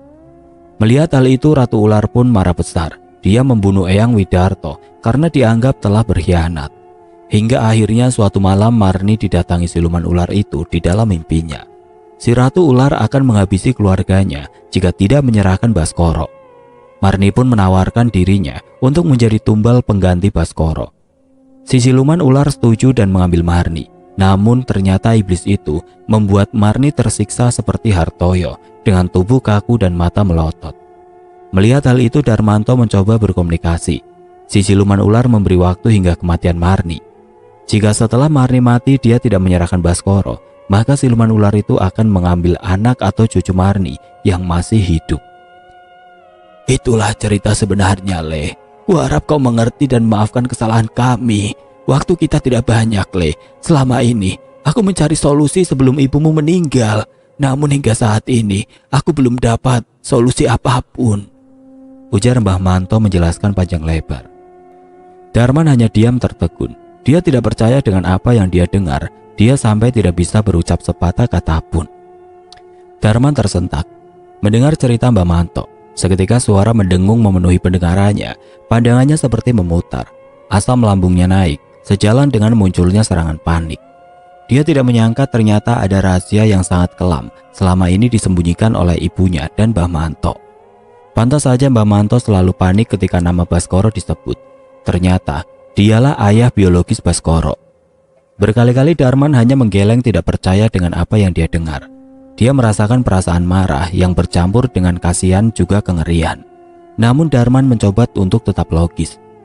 Marah pun sekarang tiada guna. Karena keluarganya kini dalam bahaya, dia harus segera bertindak sebelum penyesalan yang akan dia dapatkan. Aku benar-benar gak nyangka kalau masalah ini ternyata begitu ruwet. Apa kalian dulu gak mikir konsekuensi yang bakal kalian terima toh mbak? Mbah Manto hanya menunduk lesu. Tampak wajah penyesalan kini terlihat dari raut mukanya. Itulah Le, tapi kamu juga harus mengerti perasaan ibumu. Bagaimana beratnya hidup ibumu yang ditinggal suami, terus harus menikahi laki-laki yang begitu bengis. Itu pasti berat sekali Le. Jadi akhirnya ibumu terpaksa memilih jalan iblis ini. Karena bisa saja kalau Hartoyo tidak mati dan dia gelap mata, ibumu dan kalian para anak-anaknya yang dihabisi olehnya. Tapi yang terjadi sudah tidak bisa kembali. Yang paling penting sekarang, kita mencari solusi agar keluarga kalian selamat. Aku tidak yakin ibumu bertahan lama, karena sukmanya sudah dikuasai siluman ular itu. Mungkin tidak sampai 40 hari, ibumu mungkin akan meninggal. Ucap Mbah Manto penuh kekhawatiran. Darman menundukkan kepala, dia tidak tahu harus berbuat apa. Lah terus sampean sendiri, punya rencana apa mbah? Ada satu jalan terakhir yang nanti bisa kupilih. Aku akan Rogo Sukmo ke alam siluman itu dan mencoba menahannya semampuku. Lalu kalian semua pergi jauh dari Pulau Jawa. Itulah jalan terakhir yang akan aku tempuh. Biarkan nyawaku dan nyawa ibumu menjadi bayarannya. Yang penting kalian selamat. Tapi sebelum aku menggunakan cara itu, aku ingin mencoba cara lain dulu agar perjanjian ini bisa diputus. Ujar Mbah Manto menjelaskan dengan sambil menatap mata Darman tajam. Darman hanya terdiam sambil menatap mata Mbah Manto. Dia berharap orang tua itu mampu mengatasi masalah ini tanpa muncul korban lagi. Tidak lama kemudian Darman pamit dari rumah Mbah Manto dengan raut wajah sedih. Dia bingung harus merahasiakan atau menceritakan masalah ini kepada Ningsi. Malam pun tiba. Malam itu giliran Ningsi yang menunggu Mbah Marni. Ningsi belum diberitahu oleh Darman tentang hasil pertemuannya dengan Mbah Manto. Ningsi memang bertanya kepada Darman, tapi Darman menjawab dia belum bertemu Mbah Manto sehingga dia belum mengetahui masalah yang sebenarnya. Darman memilih berbohong agar adik perempuannya itu tidak ikut panik. Malam itu Ningsi berjaga sendiri. Dia tidak mengajak Bagas karena Bagas kini ketakutan ketika diajak ke rumah neneknya. Bagas menginap di rumah Darman dan tidur bersama Angga, anak pertama Darman, karena ayah Bagas sedang berdinas malam. Seperti biasa Ningsi merawat Mbah Marni. Tidak ada hal aneh malam itu. Mbah Marni pun tampak tenang dan tidak menunjukkan hal-hal janggal. Malam semakin larut. Angin dingin bertiup lembut membuat malam yang berkabut semakin terasa dingin. Bagas terlihat resah di samping Angga yang sudah terlelap. Berkali-kali dia mencoba menutup mata agar cepat terlelap. Namun dia masih susah untuk menuju alam mimpi. Dia masih mendengar suara detak jarum jam yang berbaur dengan suara nafas Angga yang terus menghiasi telinganya. Bocah 8 tahun itu masih terus bergolek ke kanan dan kiri, mencoba untuk mencari posisi nyaman untuk melelapkan diri. Baru saja rasa kantuk itu datang, tiba-tiba dia terkejut ketika sebuah suara terdengar menegurnya. "Le, kamu tidak bisa tidur ya?" Ucap sebuah suara yang sangat dikenal oleh Bagas. Bagas yang sebenarnya sudah mulai mengantuk, langsung merasa segar kembali. Matanya membulat dan langsung bangkit terduduk. "Ibu?" Ucap Bagas sembari menoleh ke arah suara yang menegurnya. "Bagaimana ibu bisa masuk ke sini? Ibu tidak menemani Simba?" Tanya Bagas kepada ibunya. Sosok wanita yang tiba-tiba hadir dalam kamar itu sangat mirip dengan Ningsi. Namun wajahnya sedikit pucat dan raut mukanya terus-menerus menampakkan senyum yang mengerikan. "Ibu kangen sama Bagas, jadi ibu kesini. Ayo ikut ibu Le, ibu mau beli sate. Kamu pasti lapar kan?" Ucap wanita yang mirip Ningsi itu sambil tertawa terkikik pelan. Tampak telapak tangan menutup mulutnya saat dia tertawa. Kepala dan pundaknya juga naik turun saat dia tertawa. Bagas sedikit aneh melihat ibunya yang tidak biasa tertawa seperti itu. Tapi bocah 8 tahun itu tidak berpikir jauh. Dia memang sedikit lapar karena tadi dia belum makan malam. Apalagi masakan di rumah Pak Adenya bukanlah makanan yang dia suka. Saat dia mendengar ibunya mengajak membeli sate, Bagas langsung berteriak senang. Karena sate adalah makanan favoritnya. Bagas segera bangkit dan turun dari ranjangnya. Sedangkan ibunya masih tampak tersenyum dengan mata bulat penuh sambil berjalan keluar kamar. Bagas menengok sekilas ke arah Angga yang masih terlelap tidur. Bagas berjalan mengikuti wanita yang mirip ibunya itu, melangkah menuju arah keluar rumah. Pintu rumah yang tadinya terkunci dapat dengan mudah dibuka wanita itu, dan kini dia telah menuju teras rumah. Bagas terus mengikutinya tanpa rasa curiga. Wanita itu terus berjalan di jalan setapak menuju pojok desa. Bagas mulai bertanya-tanya. "Ibu, katanya mau beli sate. Ini kita mau kemana, Bu?" tanya Bagas yang mulai tampak gusar. Mereka melewati jalan setapak menuju arah hutan di pojok desa, di mana tempat itu sangat sepi dan terkenal angker. Dari arah berlawanan tampak seorang pria sedang berjalan di jalan yang sama dengan jalan yang Bagas lewati saat ini. Dia adalah Pak Karso, seorang hansip yang biasa berkeliling ketika malam. "Loh, mau kemana malam-malam gini, Ningsi?" tanya Pak Karso. Wanita itu tidak menjawab dan terus menatap ke depan dengan raut wajah tersenyum mengerikan. "Lah, kok bablas wae? Lah Bagas, mau kemana le?" sapa Pak Karso saat Bagas melintas di sampingnya. "Mau beli sate, Pak Dek," ucap Bagas sambil terus berjalan. Pak Karso kebingungan. "Sate? Sate apa? Beli sate kok ke arah hutan, piye toh?" gumam Pak Karso kebingungan. Pak Karso pun menepis semua rasa keingintahuannya, toh anak itu juga bersama ibunya, pikir Pak Karso saat itu. Bagas masih terus berjalan mengikuti wanita itu. Tidak lama kemudian wanita itu berhenti dan berdiri di depan sebuah sumur tua yang tidak jauh dari hutan. Sumur itu seperti sudah tidak digunakan, dindingnya penuh lumut, dan tanaman merambat tampak banyak memenuhi sekelilingnya. Bagas celingak-celinguk kebingungan. Bocah itu tidak mengerti kenapa si ibu mengajaknya ke tempat mengerikan ini. "Ibu, kenapa kita di sini? Ini kan tempat angker," ucap Bagas terbata dan mendekat ke arah ibunya yang tampak berdiri kaku mengarah ke sumur tua sambil membelakangi Bagas. "Untuk makan lah, Le. Aku sudah lama tidak memakan daging bocah kecil yang lembut," ucap wanita itu dengan suara parau mengerikan sambil tertawa menggigit kecil. Bagas tercekat. Dia langsung mundur beberapa langkah ketika ibunya berbicara seperti itu. Dia teringat kejadian saat di ruang tamu neneknya. Tiba-tiba wanita itu menengok dengan memutar kepalanya 360 derajat. Wajahnya kini berubah mengerikan. Tidak nampak lagi mirip wajah Ningsi.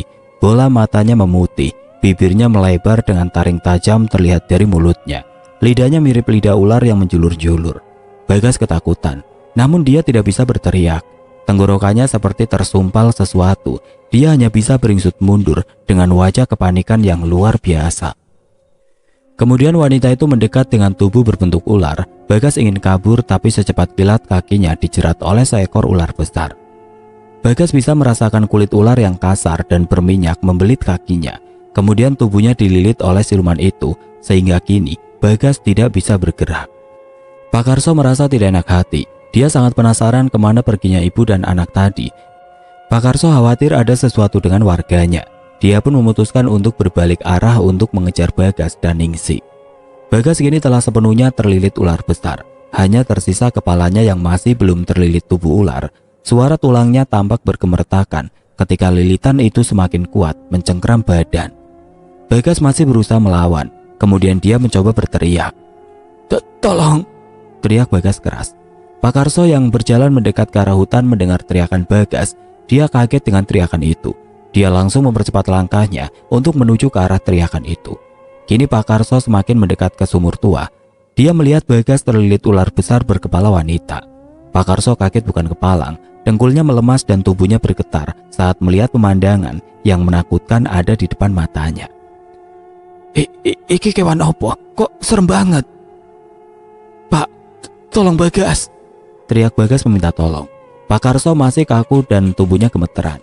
Tidak lama kemudian perempuan itu tertawa melengking. "Jangan macam-macam kamu kutu busuk. Kalau kamu masih sayang nyawa," ancam wanita bertubuh ular itu dan kemudian dia pergi masuk ke dalam sumur sambil membawa tubuh Bagas. Sesaat suara Bagas masih terdengar menggema dari dalam sumur diiringi tawa yang juga melengking keras.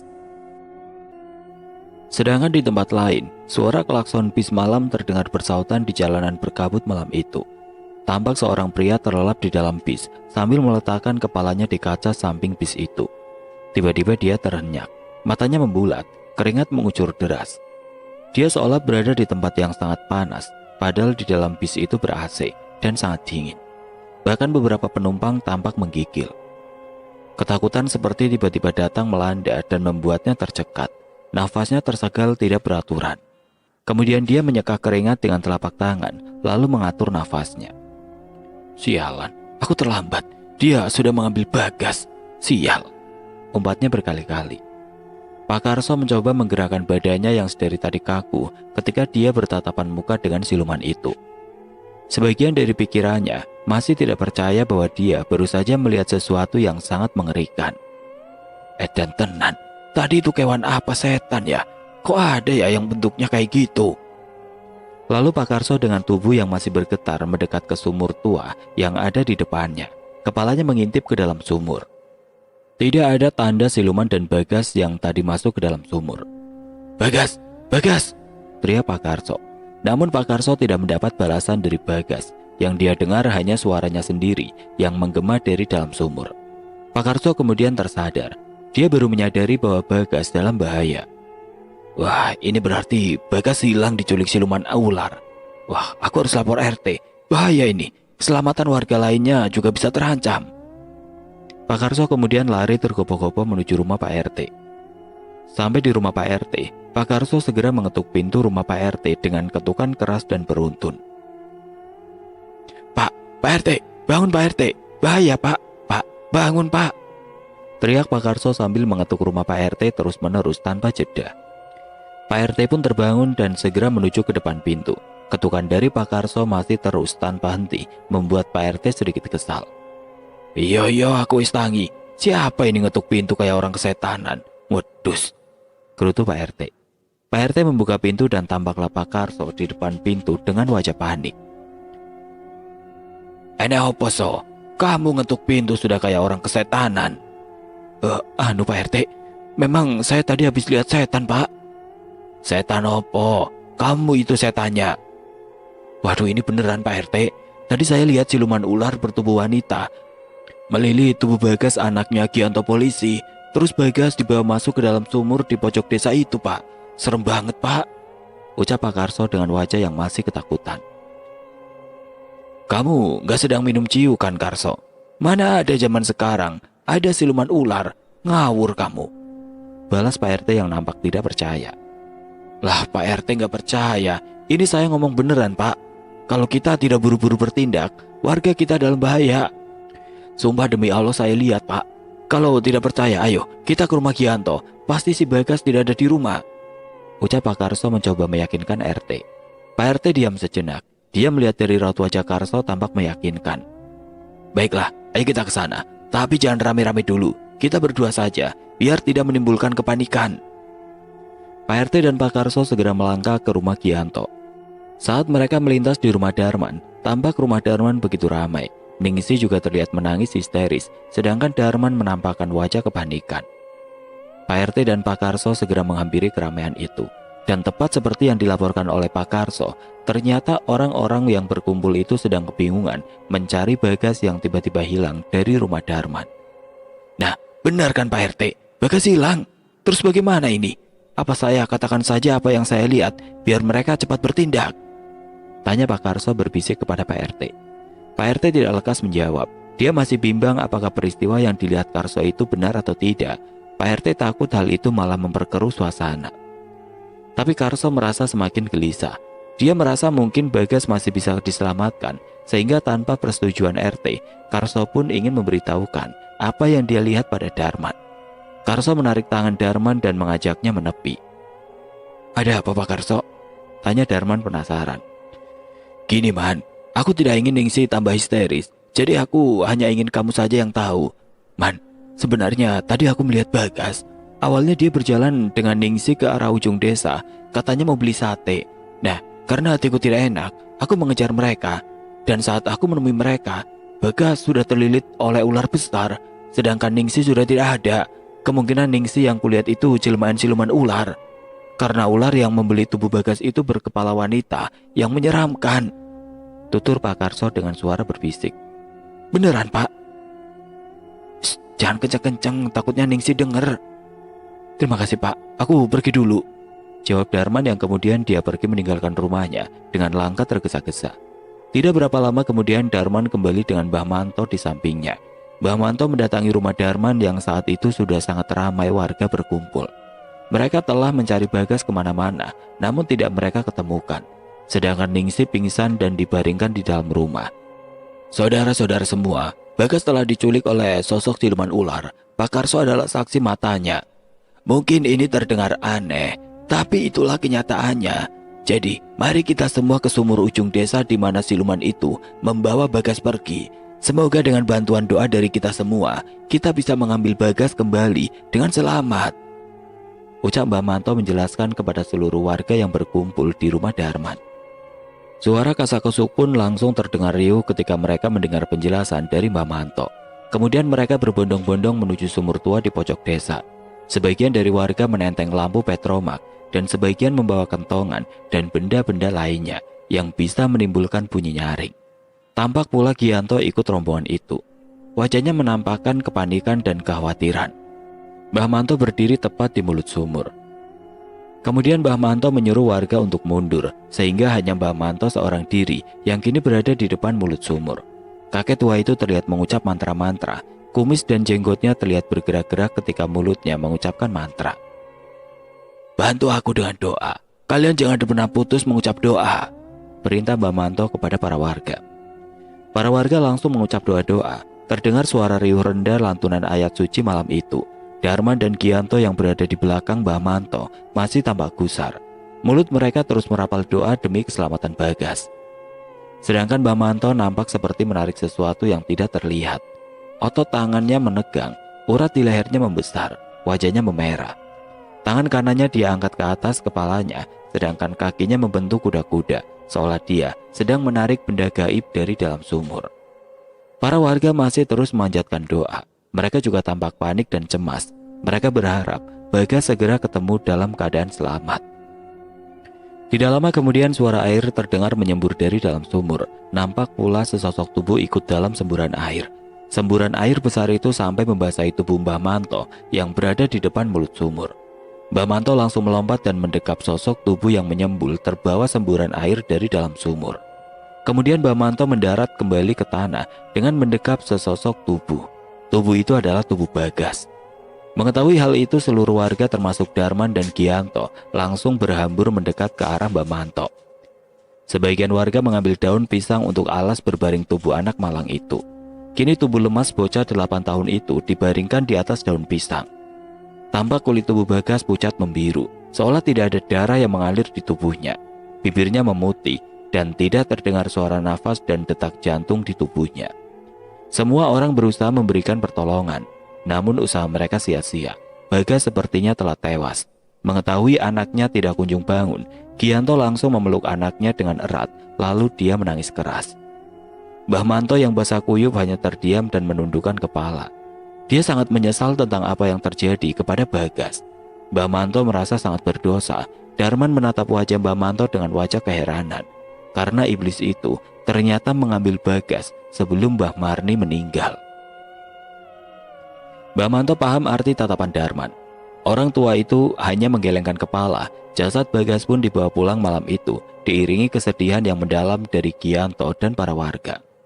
Pagi itu Bagas telah dimandikan dan dikafani, hanya tinggal disolatkan. Tampak banyak warga berkumpul di rumah Gianto.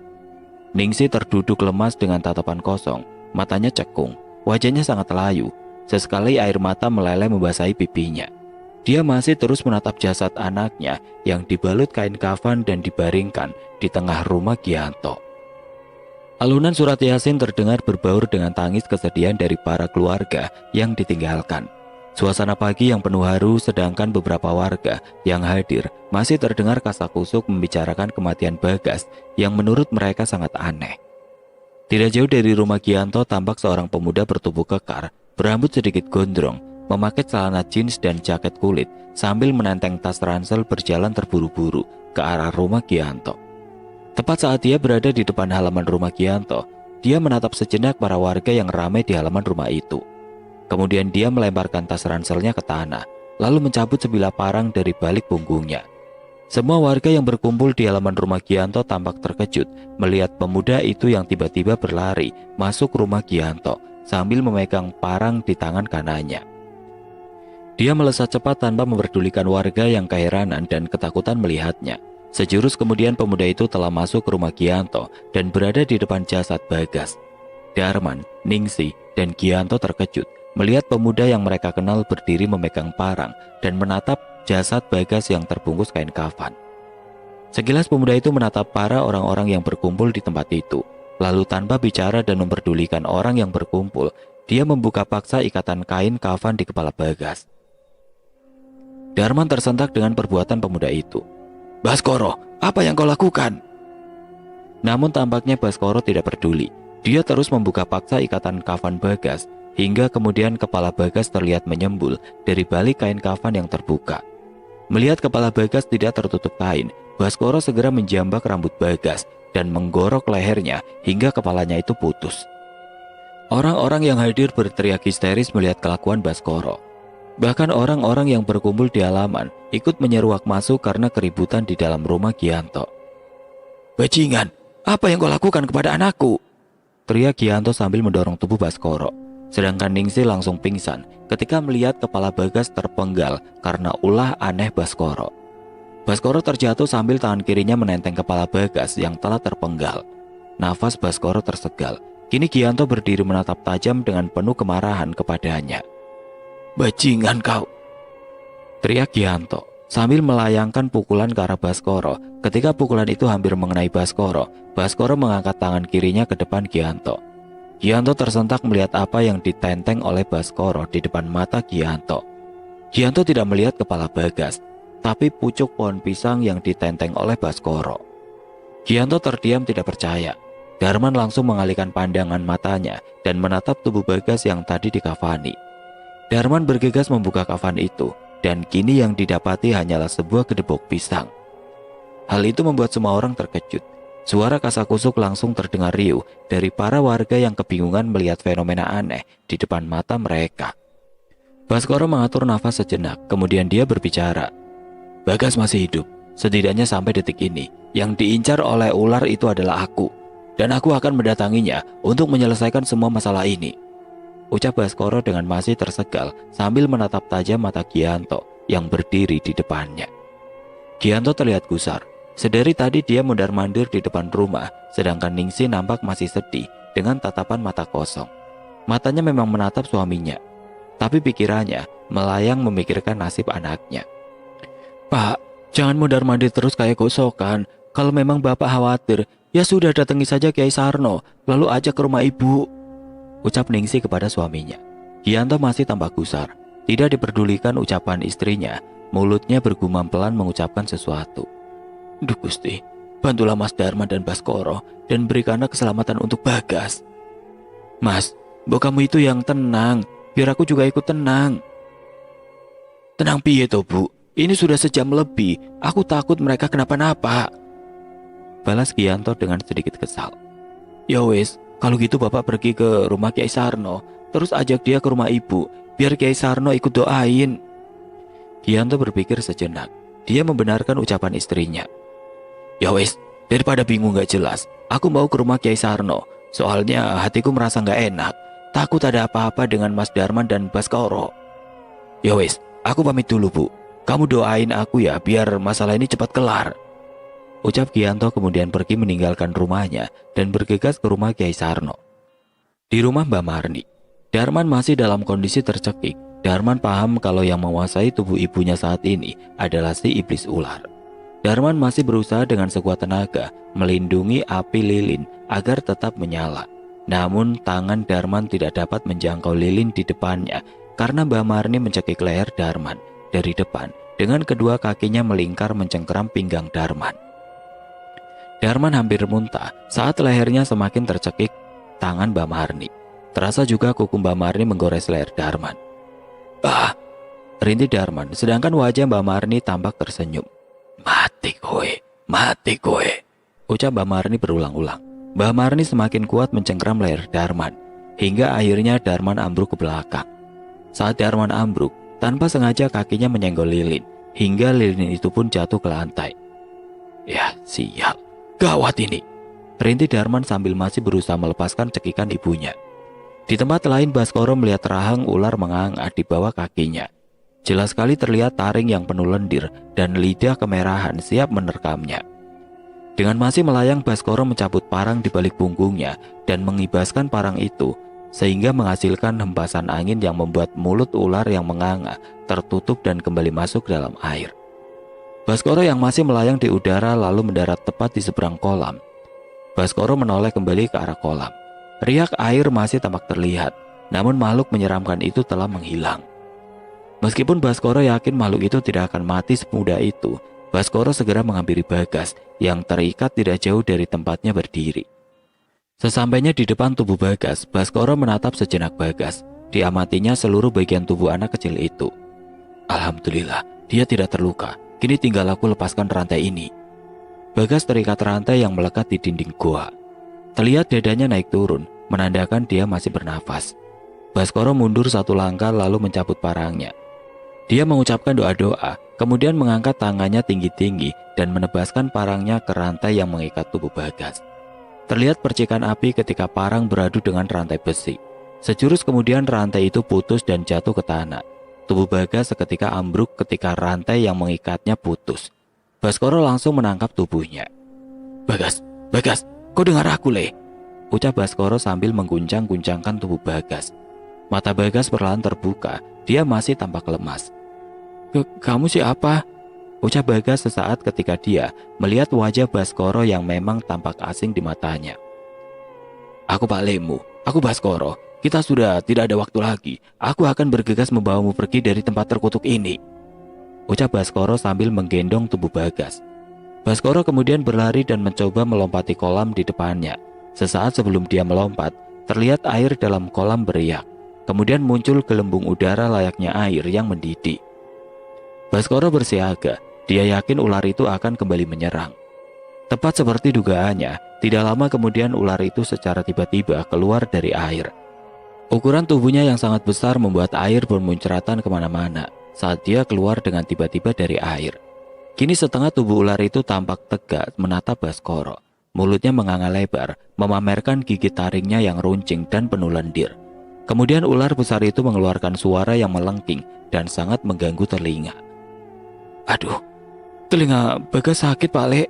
Bagas takut, Pak Le. Lihat makhluk itu. Tenang, Bagas. Pak Le akan hadapi makhluk itu. Kamu duduk di sini sebentar ya. Ucap Baskoro sambil menurunkan tubuh Bagas ke tanah. Kemudian Baskoro berdiri tegak menantang ular besar di hadapannya. Baskoro mengacungkan parangnya ke depan ular besar yang masih tegak di hadapannya. Ular itu kemudian menyerang dengan menjulurkan badannya ke arah Baskoro. Baskoro melompat menghindari makhluk itu. Ular itu terus mengejarnya. Baskoro melompat dari tebing ke tebing guna menghindari serangan makhluk itu. Kepala ular itu sangat keras, hingga ketika kepala itu menghantam tebing dan bebatuan di gua itu, seketika tebing dan bebatuan itu hancur lebur. Baskoro terus-menerus melompat menghindari setiap serangan ular besar itu. Kini Baskoro tampak berdiri di atas batu. Pijakannya hanya batu kecil yang menempel di dinding gua. Dia melihat ular itu menggeliat ke arahnya. Baskoro memandang ke sekitar. Tidak nampak pijakan yang bisa dia gunakan untuk menghindari serangan. Sial, tidak ada pijakan yang bisa kugunakan untuk melompat. Ular besar itu menatap dengan tatapan tajam ke arah Baskoro.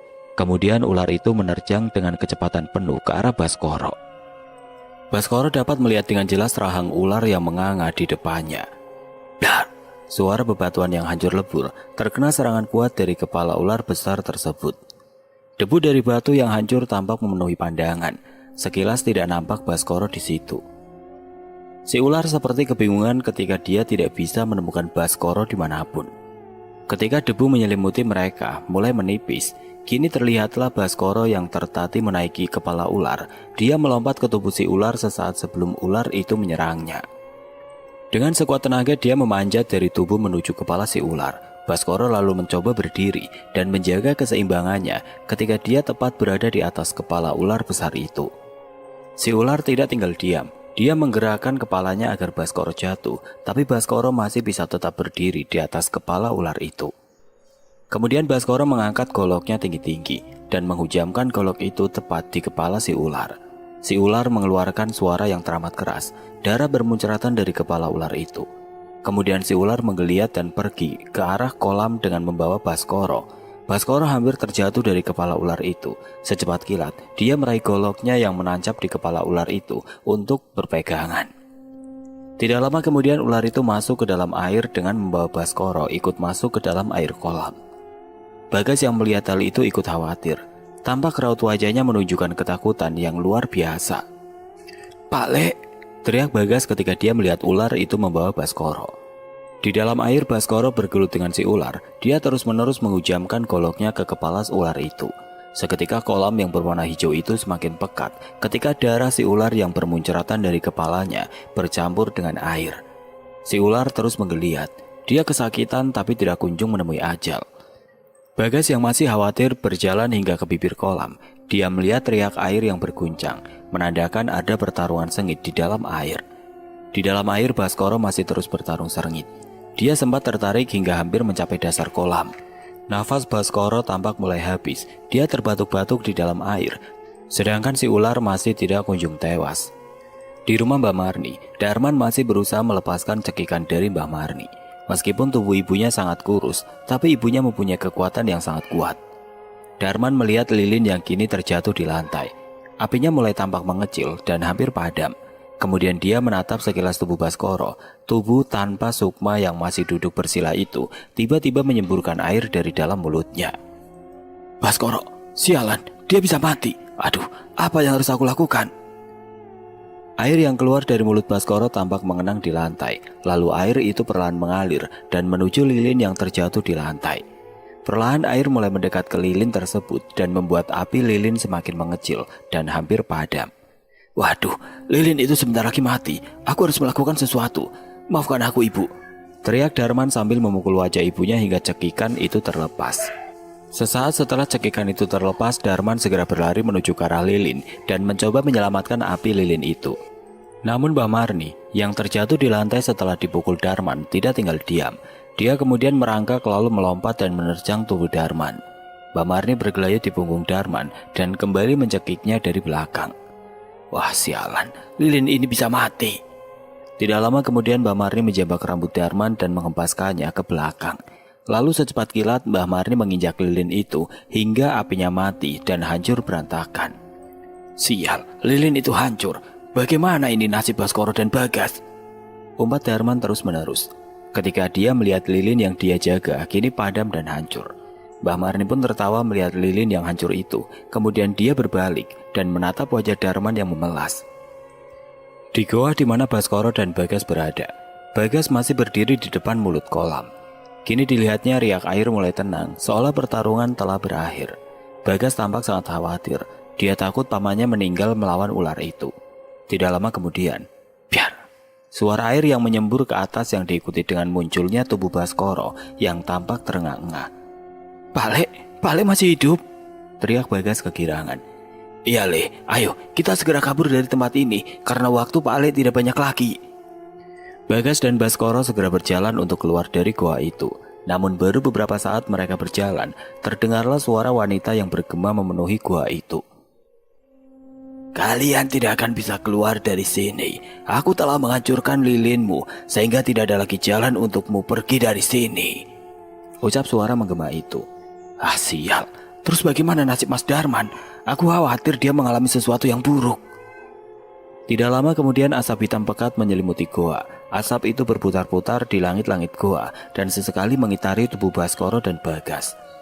"Pak Le, Bagas takut." "Tenang Le, ada Pak Le di sini." Tidak lama kemudian dari asap itu muncul sesosok wanita berkebaya hijau dan bertubuh ular. Dialah sosok jin pesugihan yang terikat perjanjian dengan Mbah Marni. Setelah terbahak-bahak, tubuh Mbak Marni ambruk dan kembali kaku seperti semula. Tidak lama kemudian lampu kembali menyala. Darman mendekati tubuh ibunya. Tidak lama kemudian terdengar suara riuh dari depan rumah. Tidak berselang lama masuklah Gianto beserta Kiai Sarno dan beberapa jemaah masjid. Datang pula Mbak Manto yang berjalan di belakang para jemaah masjid. "Loh, Baskoro, kenapa dengan Baskoro, Darman?" tanya Mbak Manto dengan penuh kekhawatiran. Darman pun menjelaskan kepada semua orang. Tampak wajah ketakutan langsung menggelayuti mereka. "Baiklah, aku akan rogoh sukmo dan mencoba menyelamatkan mereka," ucap Mbak Manto yang langsung bersila di dekat tubuh Baskoro. "Terus, kita bagaimana Pak Kiai?" "Mari, kita membaca surat Al-Baqarah bersama-sama. Mudah-mudahan Allah membantu kita." Kini Kiai Sarno, Darman, dan Gianto juga para jemaah masjid duduk bersila sambil membaca surat Al-Baqarah. Mereka melingkari tubuh Mbah Manto, Baskoro, dan Mbah Marni. Di gua Baskoro dan Bagas berada. Kini Baskoro kembali mencabut goloknya dan mencoba bersiap bertarung dengan siluman ular tersebut. Tidak lama kemudian goa tempat mereka bertarung bergetar, hingga batu-batu kecil pun mulai berjatuhan. Terdengar pula sayup-sayup suara lantunan surah Al-Baqarah terdengar. Si ular menggeliat seperti kepanasan. Sialan, mereka tidak kapok juga. Akan kuhabisi mereka. Siluman busuk, lawanmu adalah aku. Bukankah kau menginginkanku sebagai tumbal terakhir? Ayo, ambil aku. Aku sudah ada di depanmu. Kemudian Baskoro melompat dan menebaskan goloknya ke tubuh si ular. Si ular masih dengan cekatan menghindar. Suara alunan ayat suci masih terus menggema dan menggetarkan goa itu. Tidak lama kemudian datanglah Mbah Manto melompat dan mendekap tubuh siluman ular. Baskoro, cepat kalian kabur. Aku telah membuat jalan untuk kalian. Biarkan aku tahan ular ini agar dia tidak melarikan diri. Selamatkan diri kalian, karena goa ini tidak akan bertahan lama lagi. Cepat! Teriak Mbah Manto yang sekuat tenaga menahan tubuh ular itu. Baskoro tampak ragu, tapi dia melihat tatapan mata Mbah Manto yang tulus kepadanya. Kemudian Baskoro menarik tubuh Bagas dan mengajaknya keluar dari goa. Guncangan semakin kuat, bebatuan semakin berjatuhan. Baskoro menggendong tubuh Bagas dan sekuat tenaga berlari keluar goa, hingga dia menemukan jalan gua yang kini tertutup reruntuhan batu. Sial, jalannya tertutup.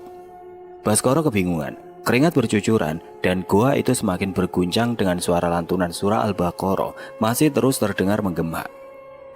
Kemudian tiba-tiba Baskoro merasakan telapak tangan lembut meraih telapak tangannya. Ikut ibu, ucap pemilik telapak tangan lembut yang meraih telapak tangan Baskoro. Ibu? Ucap Baskoro sambil berkaca-kaca. Dia melihat ibunya menarik tangannya. Mbak Marni tampak muda dan cantik mengenakan pakaian serba putih, menarik tangan Baskoro dan menunjukkan jalan pintas. Hingga akhirnya mereka tiba di ujung goa, dan tepat di depan mereka nampak sebuah pusaran berwarna putih dan bercahaya terang. Nak, masuklah ke pusaran itu. Nanti kalian akan kembali ke alam kalian. Biarkan ibu dan bapakmu tetap di sini. Jika waktu kami tiba, kami juga akan kembali ke sisi Tuhan. Makamkanlah jasad ibu dan bapak dengan baik ya nak. Dan tetap jadilah anak yang soleh, yang mendoakan kami. Maafkan bapak dan ibumu ya nak. Ucapnya sambil mendekat dan memeluk tubuh Baskoro. Baskoro menangis terseduh-seduh. Dia tidak bisa berkata-kata. Yang bisa dia lakukan hanya menangis dan terus menangis. Mbak Marni juga mengusap rambut Bagas dan mengecup pipinya. Kemudian Baskoro yang masih menggendong Bagas melangkah menuju pusaran yang bercahaya putih tersebut.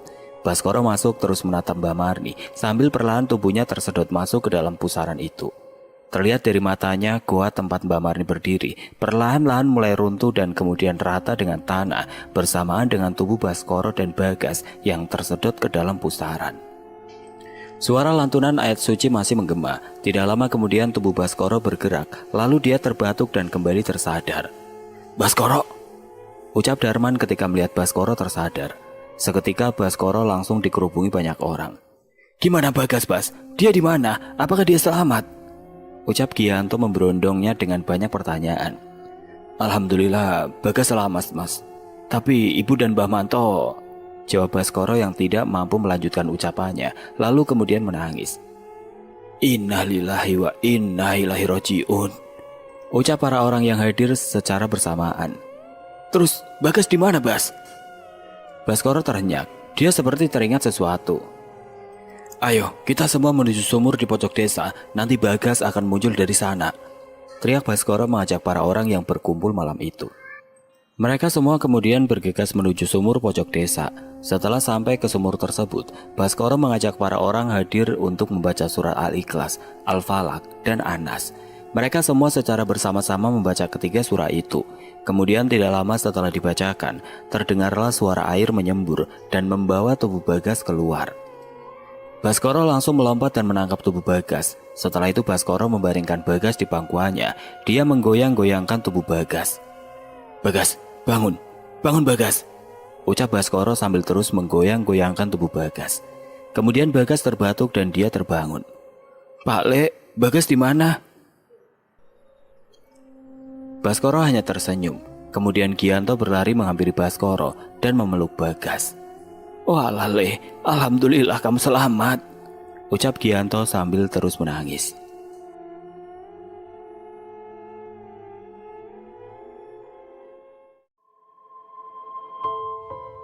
Oke teman-teman, sekian untuk kisah kali ini. Bagaimana menurut kalian tentang kisah ini? Tulis komentar kalian di kolom komentar. Dan buat teman-teman yang baru bergabung, jangan lupa untuk like, komen, share, serta subscribe channel ini. Dan jangan lupa nyalakan juga lonceng notifikasinya agar tidak ketinggalan cerita-cerita lainnya. Dan akhir kata, wassalamualaikum warahmatullahi wabarakatuh.